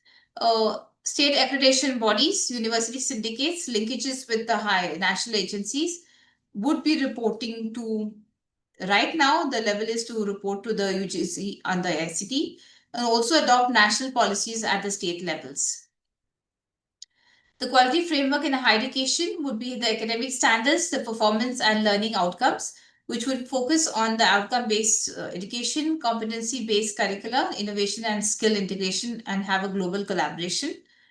The academic setting agencies would deal with the UGC, the module curriculum, the credit framework, technical standards of the guidelines, and also specific sectors standards. You also have the framework for assessment and grading and also for accreditation. In the case of ranking frameworks, you have it based on what is there in the teaching, in the research, in the outreach perceptions, and the rankings would be by the QS, the THE, or the Shanghai. So we have world-class universities, which would be multidisciplinary in nature, having excellence in research and global collaboration, flexible curricula which could exist. So one does not have to stick with one, can go according to what is required, lifelong learning opportunity, and to be one of the top 100 worldwide. One should have the urge to have a deep sense of learning, lifelong learning. So you have to be continuously skilling what you have, upskilling what you know, reskilling also what you have forgotten. Okay, so you have integration of online platforms. Example, you have Swayam platform, Coursera, MDL, and many others that exist.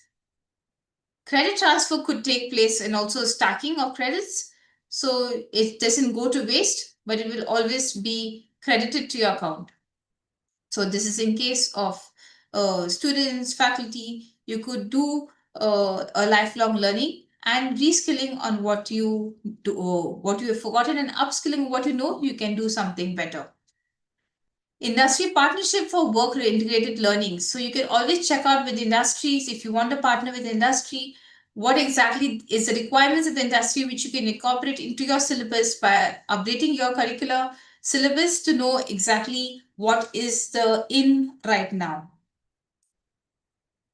and what is exactly required by the industry could be incorporated to in the present curricula so that the students don't graduate also with some knowledge, and then there's a big gap between what they could do in an industry also by then studying. Others, there's a gap of knowledge from graduation to working. So as long as the students can get jobs, the objective and the goals are as follows. We have to articulate a clear vision and mission of the institute by aligning it with the National Education Policy 2020, NCRF, STG, and the institute's educational and research activities, and also social objectives too. To access the institution's development need through wide consultative processes. So one should always check out within the institute what is required, get feedback from the students, what is required, from other industries, what is required. Then one can go and start off to make the institute plan.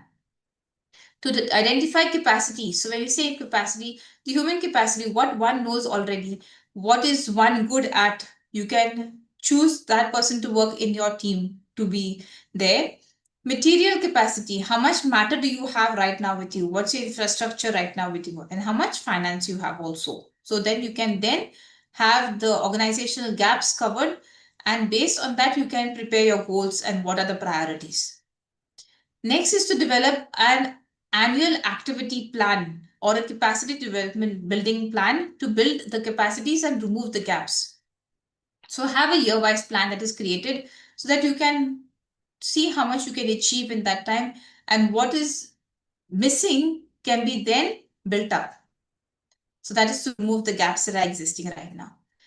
To establish a transparent system for holistic, inclusive growth and development of the HAIs through the application of relevant tools, technologies, and opportunities.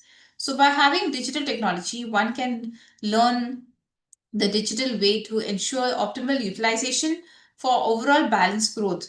So with the modern technology, with the AI coming up, one can do a lot to have a transparent system, to have holistic growth, inclusive growth, and also develop the higher education system.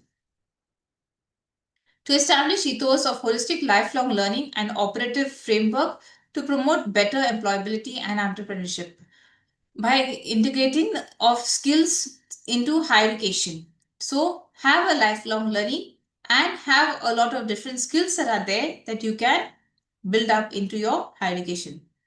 Develop an operative framework to promote the internationalization of education, international equivalence, and exchange of faculty and students. So one should have an opportunity to have an exchange program, not only students going abroad learning for a couple of months coming back, but it's also the teachers, the faculty going abroad and have an external exchange program such that not only our teachers go abroad, but their teachers also have the opportunity of coming here and training our students.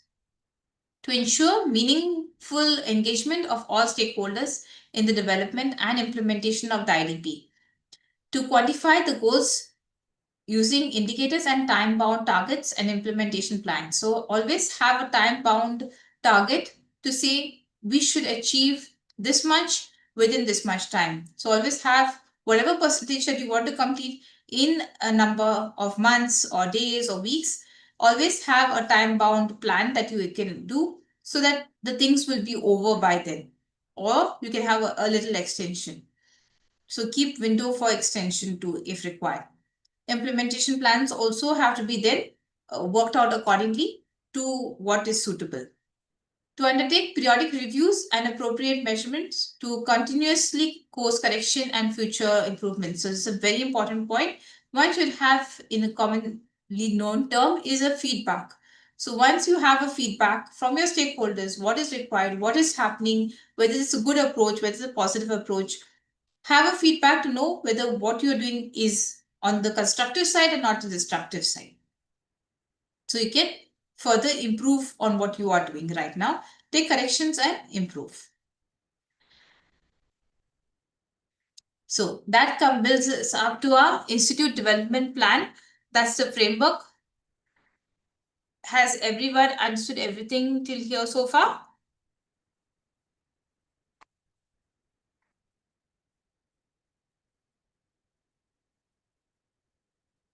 Is everyone with me?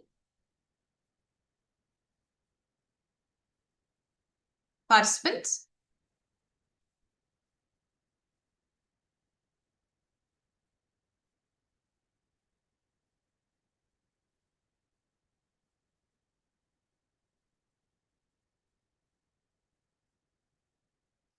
Coming to the Institute Development Plan, that's the IDP NEP framework. We have the major components, that's the governance enablers, the financial enablers, and funding modules, that is the resource generation, the academic enablers, the research intellectual property enablers, the human resource and supportive facilitative enablers, the networking and collaboration enablers, the physical enablers, and the digital enablers. So we have these 8 major components which are existing in the Institute Development Plan framework. So coming to each one by one, we first have the governance enabler. So we have the board of governance, we have the senate or the syndicate, which should be a fully functional body, which should be majorly staffed and having its full capacity, having its own roles and responsibilities which are required by each one, which should be accountable to what they exist and what they have. And you should also include your alumni as a major stakeholder too. Next, coming to the quality assurance, it should be having well-defined processes which would capture various aspects of the governance, having clear, defined deliverability and outcomes. So you should know exactly what you want your outcome to be, and of good quality you should assure the parties. Financial autonomy. Over here, you should strive for self-sustainability, generating external revenue sources, and a creation of a chair for research in specific areas. Next you have is the leadership. One should have a good leadership which should be effective in nature, which would boost everyone to follow you. Okay, so you have to have a strategic way of having the planning done. So a strategic management is required where you lay down different objectives and targets to be achieved within a certain number of time. The vision, mission, and roadmap should be done also. One should prepare a vision and a mission document which would enable you to see yourself, your institute in the next 15 years. Have a shared vision where you are not doing the vision by yourself, but you're taking help from your teammates, from your colleagues, from your students to see exactly what is required, and everyone has that same vision and everyone thinks in the same direction. So that is called a shared vision where everyone has that same thought process to work towards the final goal, towards the vision. So that's a shared vision. So different amounts of discussions should take place to see with different feedbacks taking place to see whether what your vision should be finally. Have different short-term plans, mid-term, long-term plans, which would enable you to decide what should happen in the next 2 to 3 years, what should happen in 5 to 7 years or 10 to 15 years. So this is your short, mid-term, long-term plans that could exist.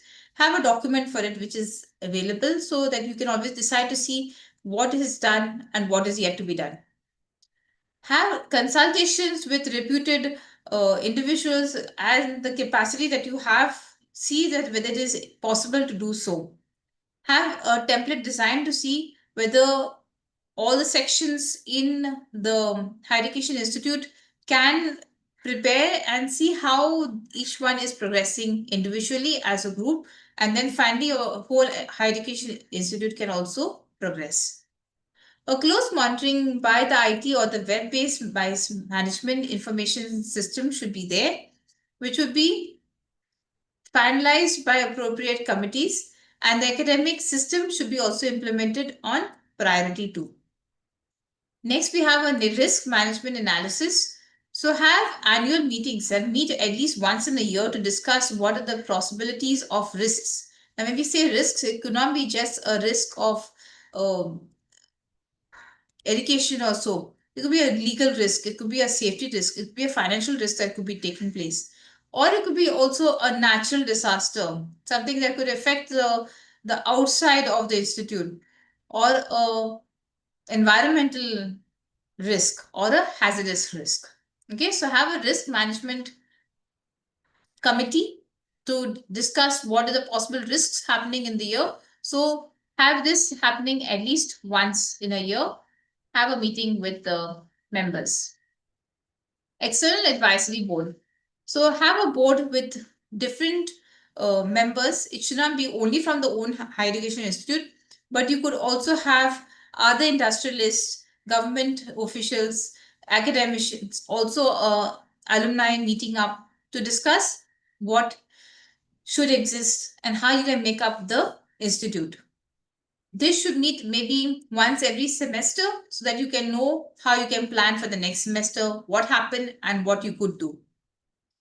Student feedback is very important. You should have the students giving feedback on faculties, on the institute, on exactly what is happening, and it should be taken on a regular basis so that you would know regularly what is happening. So not just once in a year, but maybe once in 3 months or once in 6 months. What's the student feedback and how you can improve on the content or on the teaching or the research.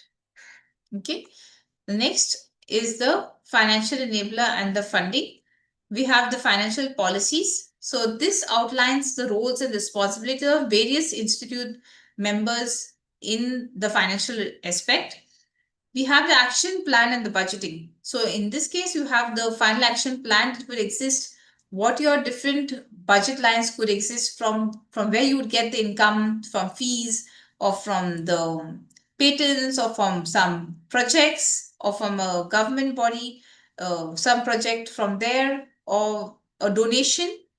And besides income of how you can get the money, how you are going to spend the money. So what's the expenses involved on salaries, on utilities, on maintenance, on infrastructure. So define what your budget is, what is required, how much you can get in as your income, how much you require to spend as an expenses. You should also have a budget plan for maybe every 3 months, what your budget could be for every semester or every year. And you should have an action plan of budget planning for at least a 5-year plan. So what you see in, if not 5 years or at least 4 years, you could check out to see what's your budget going to be like. Have different responsibilities, roles and responsibilities for each of the activity that is there. How you would spend on this item, have a committee for that you're responsible for this. Give them the responsibility so they become good leaders in their own responsibilities. Have timelines, which is very important, so that the things of the incomes are got and also spent irregularly. Finalize 1-year plan, 5-year plan budgeting of how you can see it, and detail also how your capital budget is. What is your recurring budget? What is your non-recurring budget? Have everything in separate accounts, a separate account for recurring, a separate account for non-recurring.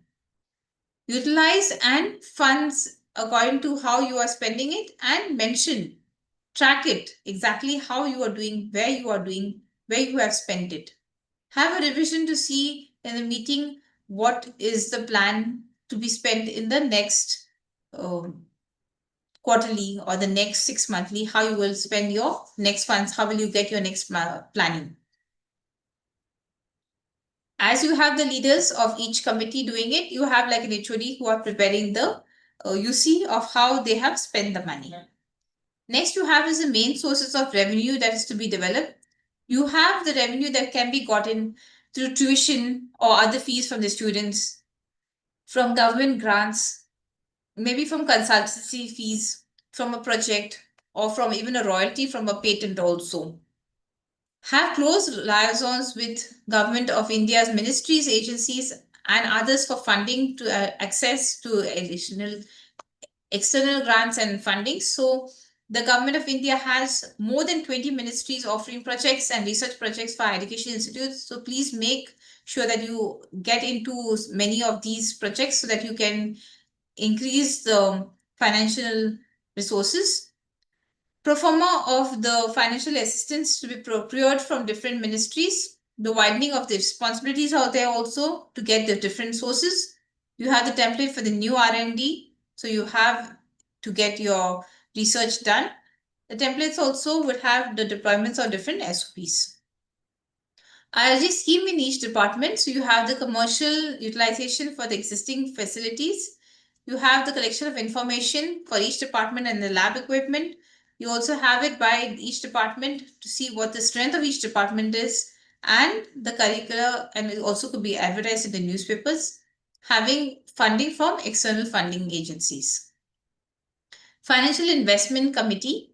You have the Financial Investment Committee that is responsible for making different decisions and regarding the investment and the reinvestment of funds, purchasing and also selling securities belonging to the endowment or other long-term university assets, as well as prescribing and improving investment policies for university investment agents.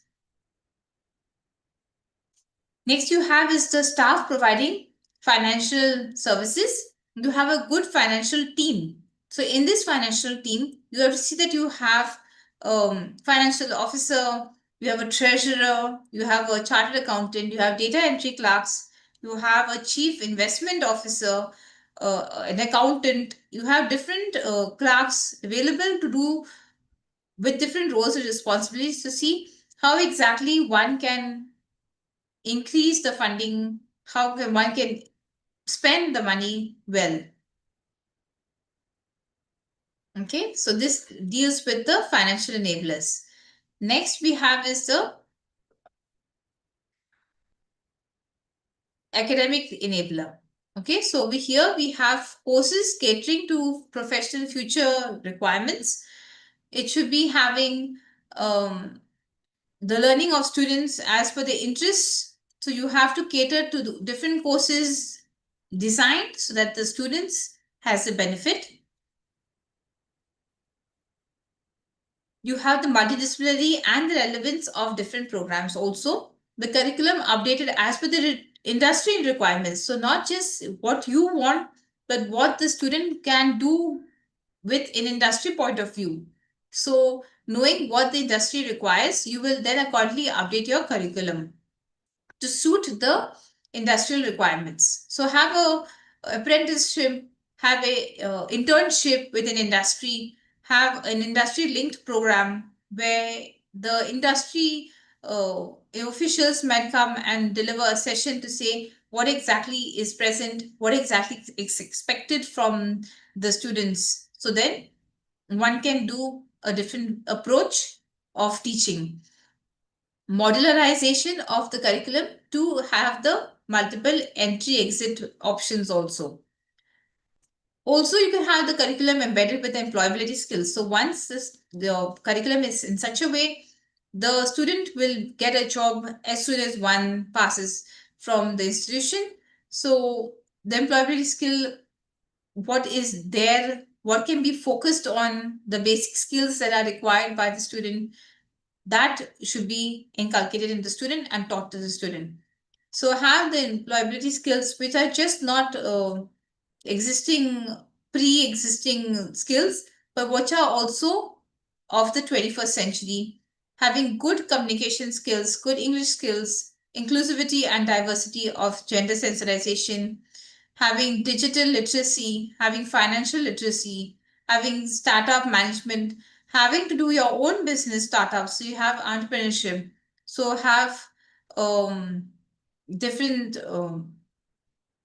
institute with different labs with of up-to-date equipment there. Also have a custom service orientation with job readiness and exam preparedness. So the student doesn't feel nervous to attend an interview or to even answered in an exam.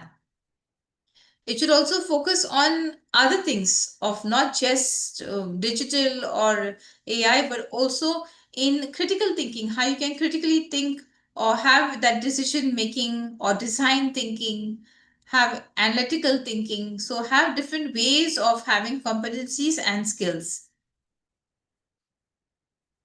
Curriculum embedded with skill enhancement courses. So something which can be of skilling ecosystem, which can be into the digitization and automation. You have the AIs, you have the 21st century digital skills, and also future skills which can be integrated with future of the work to have the foundations built up well with the data analytics and to have the AI brought into this term. Center for Curriculum and Life Skills has to be also a fully sanctioned post. The faculty and the teaching staff, the faculty, as in the teaching staff, should be qualified. They should have good experience and committed faculty, which is an asset to the organization.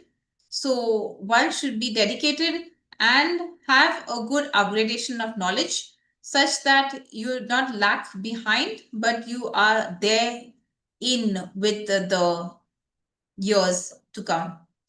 Focus on research activities and motivation of students to create knowledge and also to do innovation, and also to have engagement as a teaching staff or as an instructor. Be a role model to your students so that you know what you are doing. Your students will also do what you have or better than you in future. Create new projects. Have an innovation of different projects which will be there. In a peer conference, you might know better and also improve on things. Center for Faculty Development. Exchange or have an internship program with different industries and also to have a cross-pollination of skills. So you have different skills across the different disciplines. Also, you have to be with the present AI. You can also have digital content. You can have in videographic form or even in audio form. Have also non-teaching staff to support the organization. So your non-teaching staff also must be experienced, have the necessary qualification, and also should be dedicated. Have a systematic planning in teaching and also in session-wise plans too.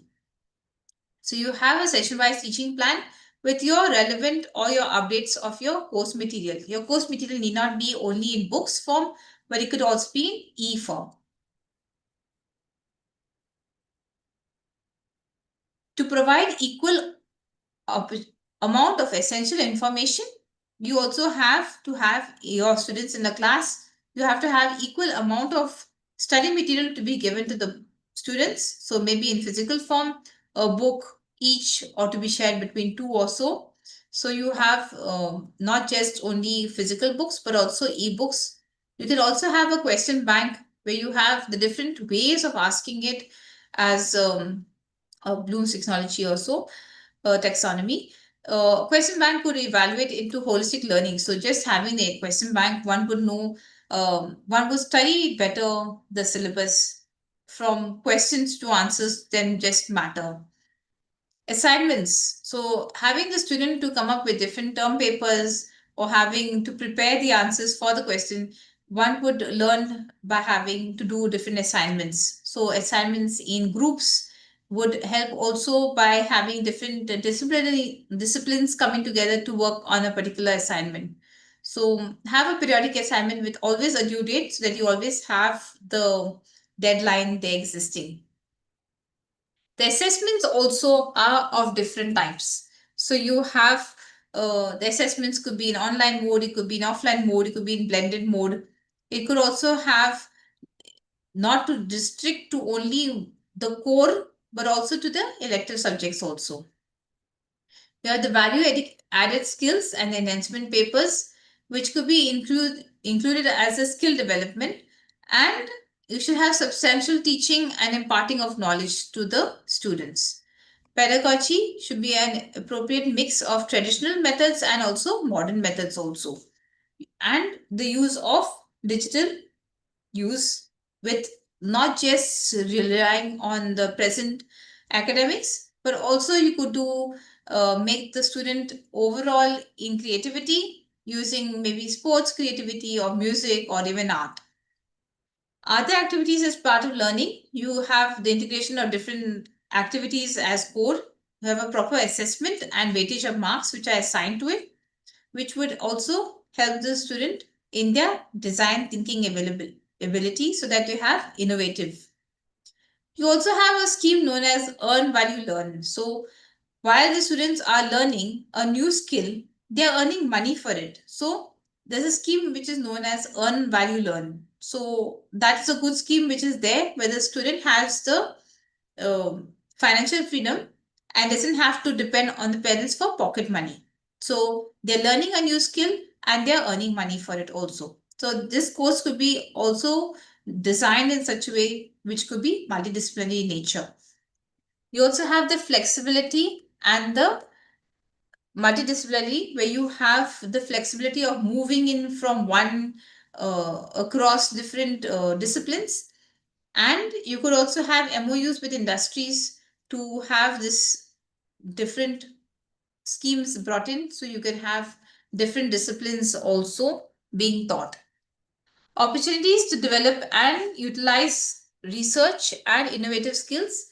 The students should also work and also not only individually but work in teams so that you have different ideas being thought about individually and the way one can decide with another participant how exactly what should happen.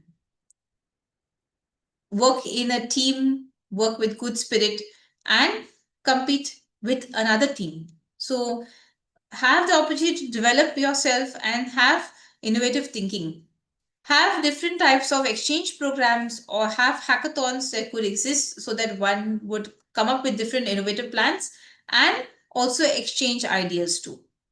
International exposure. So you have international collaboration, as I mentioned earlier, exchange of faculty. So you have foreign faculty visiting you, your faculty visiting abroad, have international scholarships, or even organize international conferences where everyone would then exchange ideas. Okay, so this brings us to the end of academic enablers. We have the next one, which is the research and intellectual property enabler. So first thing we have is the quality research. So here you have a increased number of students that can take place. So you can have more number of students doing more number of research projects. So if the more number of students that you have the intake of your class, you can divide them as so that they can pair up in twos so that they can do quality research. A research-oriented experienced faculty member. So you have to see that your faculty members are research-oriented to have research taking place. If your faculty member is a teaching-oriented, that would be more in a teaching-intensive university. So in a research-intensive especially, you require experienced faculty members which are research-oriented so that they have this love for doing research and they can build up new ideas, innovative ideas, and take up basic and applied research also. You have the API-based faculty compensation. So working on the API, getting more and more scores, you have like a healthy competition between the faculty so that they can then say, okay, I would get awarded by the end of the year. So the one having the highest number of score would be then compensated for by having an award. So have a kind of approach to have some compensation towards the API. So the faculty having the highest amount of API would be awarded at the end of the year. So everyone works towards getting higher API towards at the end of a year. So there's a lot of research taking place, a lot of innovation taking place among not only the academics, the staff, but even the students, because everyone is trying to get the university's framework to increase the opportunity and to get more patents done so that the intellectual property is enabled and you have the royalties coming in. Okay, so next is the targeted research and the collaborative research. So not just doing only one research, you can even have a collaboration of research, not only within the faculty members, but faculty and student, or even with another industry too. So you can build up on it and increase on the IPRs and have targeted research also. More PhDs and postdoctoral research scholars. So you have, I'm sure many of you all are already completed your PhD, but those who have not, please do so that you can also guide your students to do research in the PhD work and also in the postdoc research scholars, so that there'll be a more number of research taking place. The students also will continue with research. They would also do postdoctorate. So activities could increase and thereby have ongoing research taking place. So we need to have more faculty members with PhD and also mentor research scholars so that they can do their PhDs too.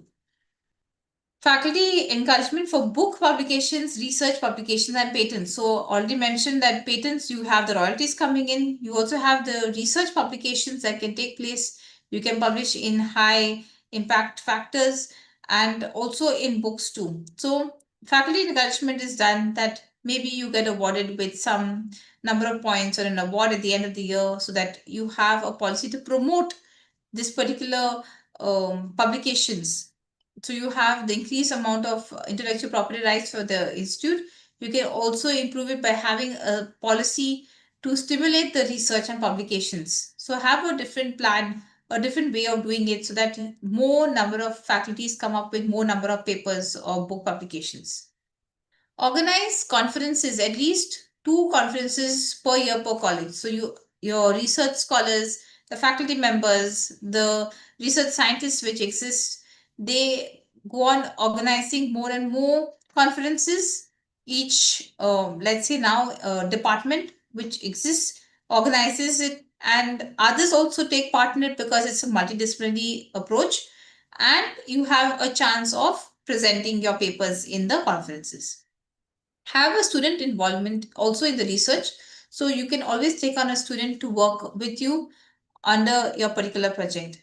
Industry and institutional collaboration and consultation. So always have a consultation with the industry so that you know exactly what is existing, what is expected from the industry, so that you can have it in alignment with the industry.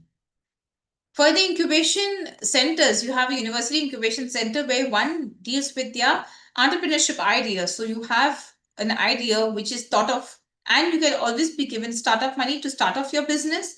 And the incubation centers would help the students to establish their own companies after graduation.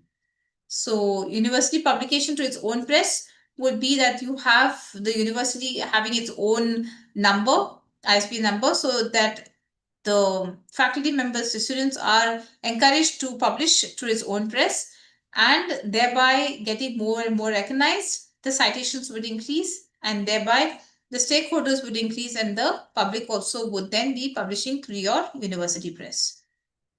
Target patents and claim for the UG and PG projects.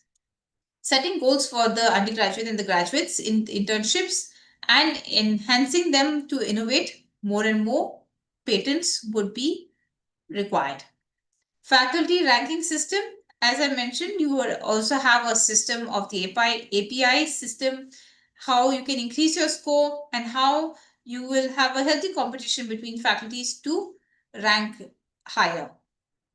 CTO is a chief technology officer, which will be there to have the research monetization. So instead of individually going through what's required, you have a body which is there to help you with the licensing, to help you with the IP protection, the technology transfers which are there. So you have a centralized office which is there working towards this particular research monetization. So they have to have technology transfer to see how much are the royalty structures, what are the licensing fees, how are the internal and the external funding existing, whether the assessment could be in online mode, offline mode, blended mode, and how you are making up the assessments. Value-added skills enhancement papers. So here you have the provision for providing modules on general skills, how you can introduce the skill development and offer it as a separate paper. Other activities as part of learning, you have proper assessment and weight of the assigned. You have additional skills which are there, which can be inculcated in traditional skills also. And you could also work in groups also. You could also support students who are from the financially weaker background. For them especially also, you can have a scheme of earn value learn besides others also, which has a dual purpose where you can earn and also you can learn a new skill. Flexibility and multidisciplinary would have different certificates being generated for different years being completed. So you could have a certificate or diploma or a degree that could be existing. And you could also have MOUs that could be signed with industries or with reputed institutes to see exactly what can be done and how flexible you could be to check out what different programs you can offer. Opportunities to develop and utilize research and innovative thinking skills. So over here, you can organize different exchange programs. You could have the students working individually or even in a team. You could have innovation ability of the students increasing. You could have the knowledge awareness of what skills exist, what attitude you could have to build confidence to what the innovation is existing. And you could have also competitions of organizing different hackathons so different innovations are done. Okay, so this brings us to an end of the research and intellectual property enabler. Okay, so I hope everything is clear till here. Participants? Yes, ma'am. Yes, thank you. So that gives us to our next one, that is the human resources. It's a bit slow. Yes, human resources and support facilitative enablers. So it contains dimensions which are closely related. You have the human resource management and you also have the emotional strength supports for the facilitative enablers. Okay, so you have the student learner enabler, which has to have a holistic admission of framework. Here, you to always prioritize the development of the human resource to encompass what the enablers are there for the students, for the staff, the faculty, the researchers, and also you can have it with the binding laws of the land academic regulations.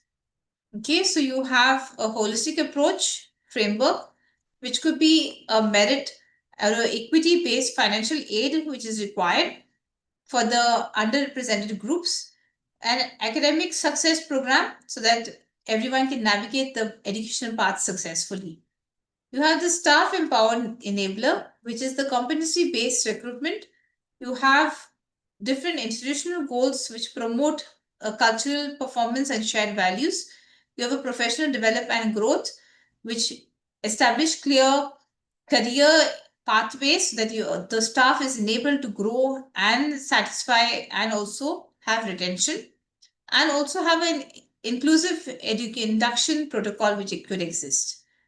Faculty and researcher enabler would be transparent recruitment and continuously professional pedagogical development. So you have to have a very transparent way of recruiting, which has no biasing towards it, and also continuously develop your faculty by having different training programs organized. Have also a tenure or a promotion mechanism there. Cross-function enabler would be introduced to have recognition and reward systems, have a resilience of well-being programs, and also a leadership of collaborative opportunity. So you have different faculties leading initiatives, developing in their leadership programs and collaboration, and they can engage in different cross-disciplinary approaches. Strategic funding and emotional support system enabler. You have the emotional intelligence, which is there to support the framework, innovative funding strategies also. Enablers for pedagogical innovation is a pedagogical excellence available initiative which promotes the teaching excellence. So this is used for not to meet but also to exceed the expectations of whatever and whoever are the stakeholders, and it should be at the forefront in the front of the higher education and the research also. You also have the supportive, facilitative enablers, which would be accessibility and proximity. You should have a rich communication, be a role model, be a leader towards others, have a good vision, have good institutional core values, have a good vision also. There should be trust among everybody, and institutional traditional rituals should be not just there, but it has to have a commitment to the institution, have security and safety, have a safe environment, safe campus, and have respect for everybody. Okay, so this gets us to the end of the human resource and supportive facilitative enabler. Next one is the networking and the collaborative enabler. We have the strategic collaboration, where you have integrated partnership across the industry and academia. You have to build up a good network with your alumni that exists, so that you can always have the networks that contribute to the mentorship. They could contribute in funding, they contribute in support for research or infrastructure also. Have a good integration with the industries also, collaborate with the industries for curriculum development, for apprenticeship, for internship, or even align your curriculum to build with what the industry requires. Academic and research excellence would be with the cross-institutional synergy. So you have what shared curriculum that you have, intermobility with students in different degree programs, research collaboration, which have library access or even international research projects also.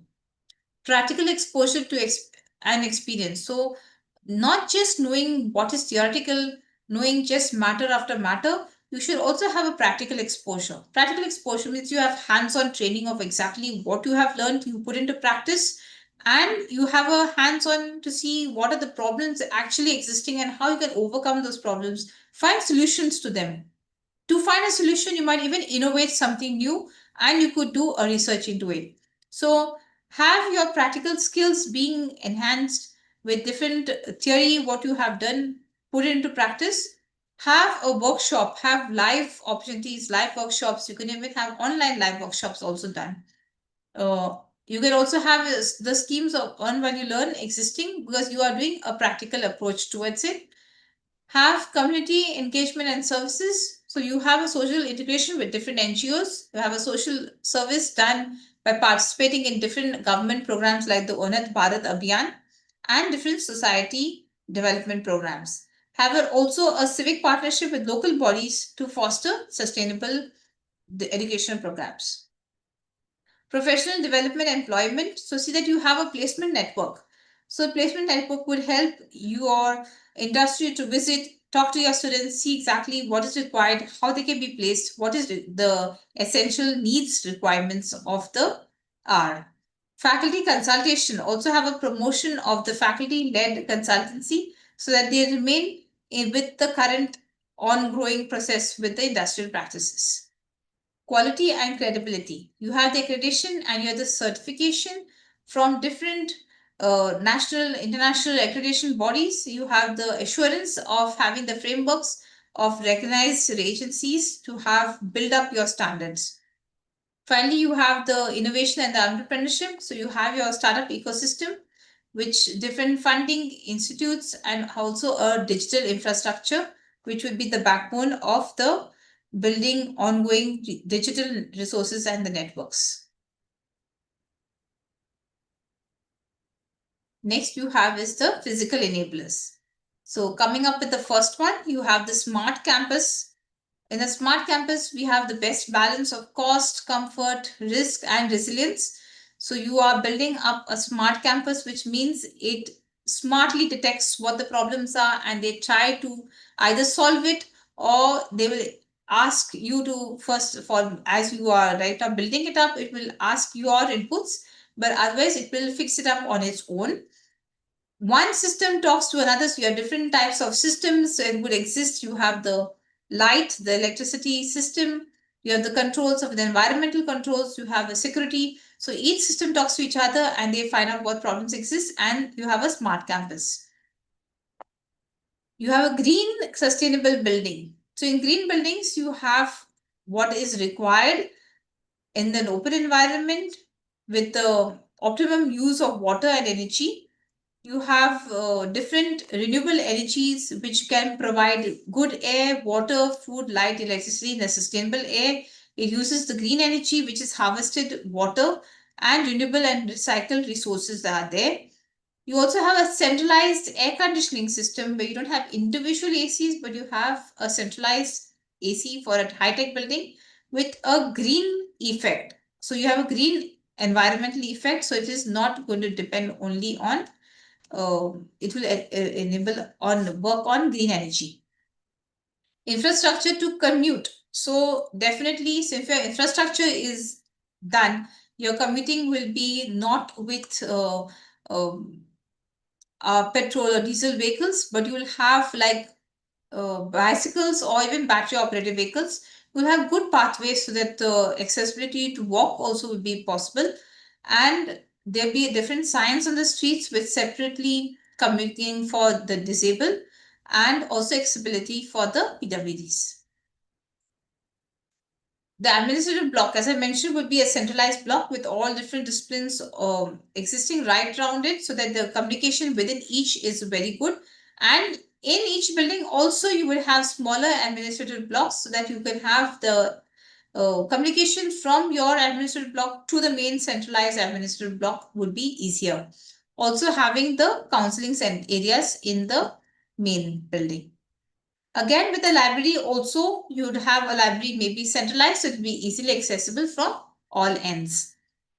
With not only physical books, but the e-books or the contents would be able to be accessed by everyone, which is on campus, not needing to move from their individual buildings. Lecture complex classroom. One would have the access to lecture complexes, classroom, a tutorial room, or a discussion room with different sizes which are required with comfortable seating and for digital teaching learning facility. The tutorial room would also have a video recording facility. Examination branch should be separate, especially for the confidential examination. One should have the different documentation papers being set or corrected in a confidential examination block. Facilities to the faculty and staff, there should be a well equipped faculty chambers, which would also accommodate not only the permanent members, but also the visiting faculty members. The campus should have like at least 2 to 3 bedroom quarters for the faculty, not only the permanent, also the contract, those who are visiting, and basic needs and also desirable needs could be generated. So whatever is the basic requirements in the flat, or what are the desired requirements based on different issues of environmental issues, whatever is required should be available as a facility to the faculty. Meeting rooms should have enough of space. You could have different sizes of meeting rooms for smaller meetings, for larger meetings. Also, the office rooms should have the basic needs that are required for the staff members, laboratories also with the modern equipment, and the research centers. So whatever is the basic requirements and also the desired requirements. Computer centers for multimedia storages. So you have a number of students, you have to have the computer student ratio of at least 1 to 2, if not 1 to 3, but shouldn't be more than that because then students will not get enough of practical exposure on the computer. Cafeteria or the dining room or the mess facility should be equipped with cooking apparatus, and also if you require to make your own, the facilities should be also given to you. The cafeteria should be clean and should be have hygienic conditions. Games room and sports facility. So not only having playgrounds for the students or faculty members during free time or during before work, after working hours, but have also an indoor stadium, have a gymnasium, offer different workout centers with swimming pool, maybe a stadium with indoor stadium and multi-purpose areas in the games and sports facility. Auditorium, add conference room. You have one auditorium of a good size where everyone would meet up, or you could even have smaller ones broken up as per the needs of what different size auditoriums could be existing, having the basic requirements in them. Hostels, not only for the faculty, we would require the flats, but also hostels for students. So we have at least maybe 60% of students traveling from far. So, and maybe even from outstation. So have the hostels which would be benefited by the students, and also for the research scholars also. Parking. Since we're going to have a green environment where we're using only EV vehicles inside the campus, to move from one end to the other end, which would be a huge campus, we need to have parking of one's vehicles who are moving from home to the actual institute. So parking is required for all the stakeholders. Need not be only faculty or non-teaching teaching staff, but also for the students visiting, faculties, guests, and also anyone who's visiting. Exhibition hall. One should have an exhibition hall where one can propagate what one's ideas are, what one has done in the past year, have guest accommodation to suit the guest house for the visiting faculties, for the examiners or so.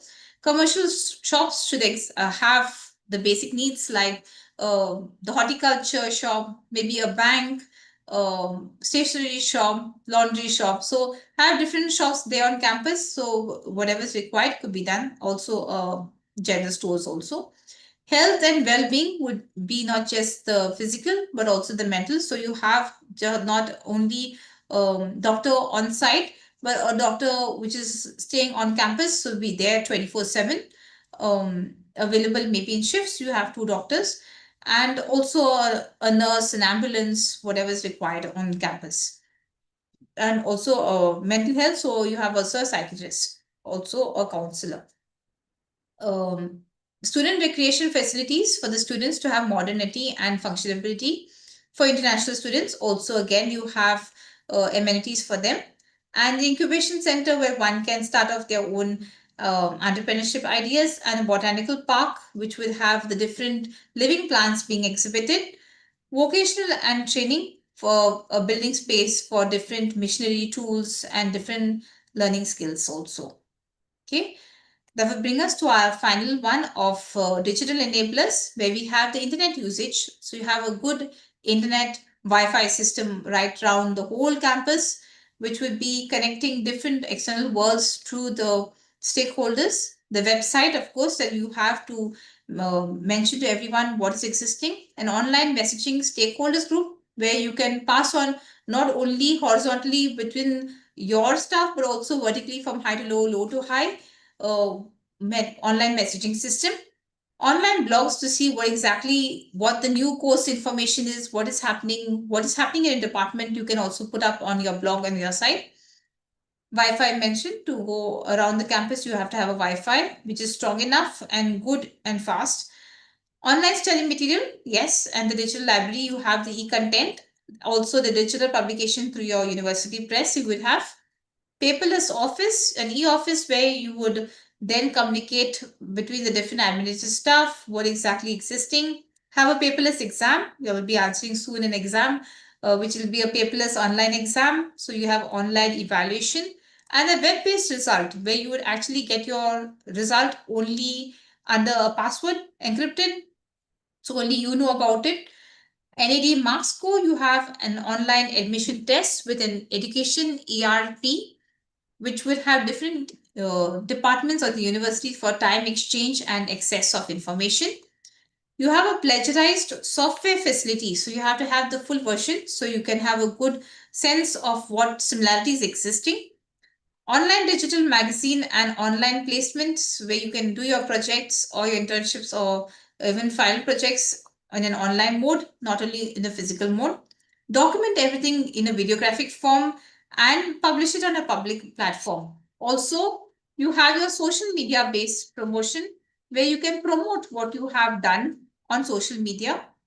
Have the use of digital medias of AI, the data science, the basic analytics, the cloud computing, have digital platforms, a studio for your video, online classes, video conferencing, and also online open publication system. So this is your institutional development plan of the framework activity. And just before I end over here, let me just share one more document.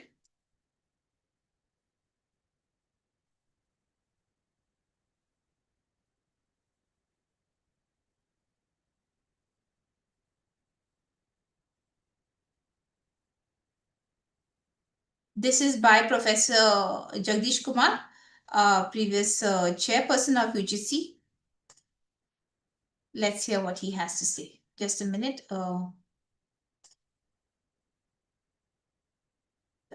What screen of mine is shared over here?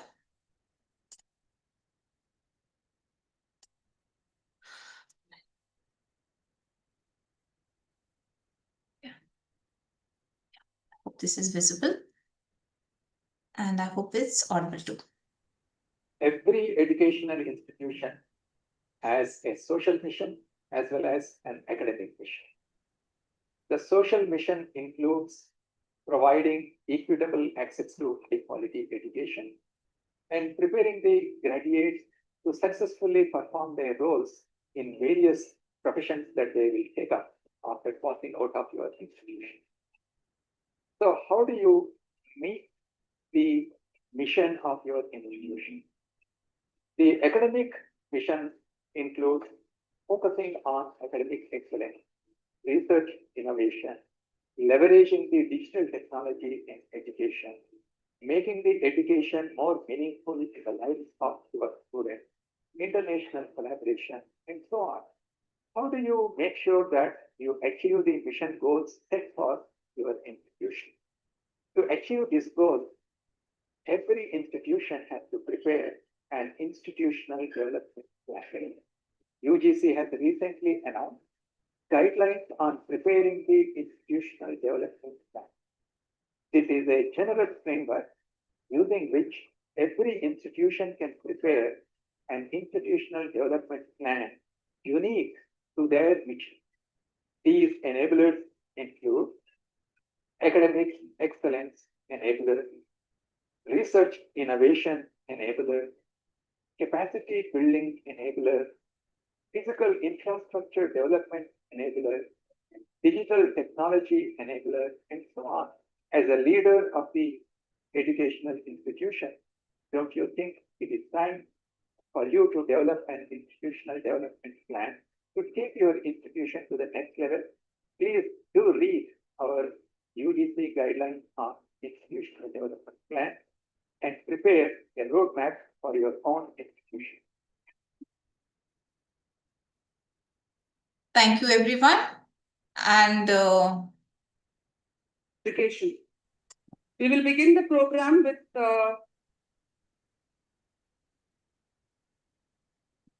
Thank you, ma'am. Thank you so much for this insightful session with the different enablers you have explained here.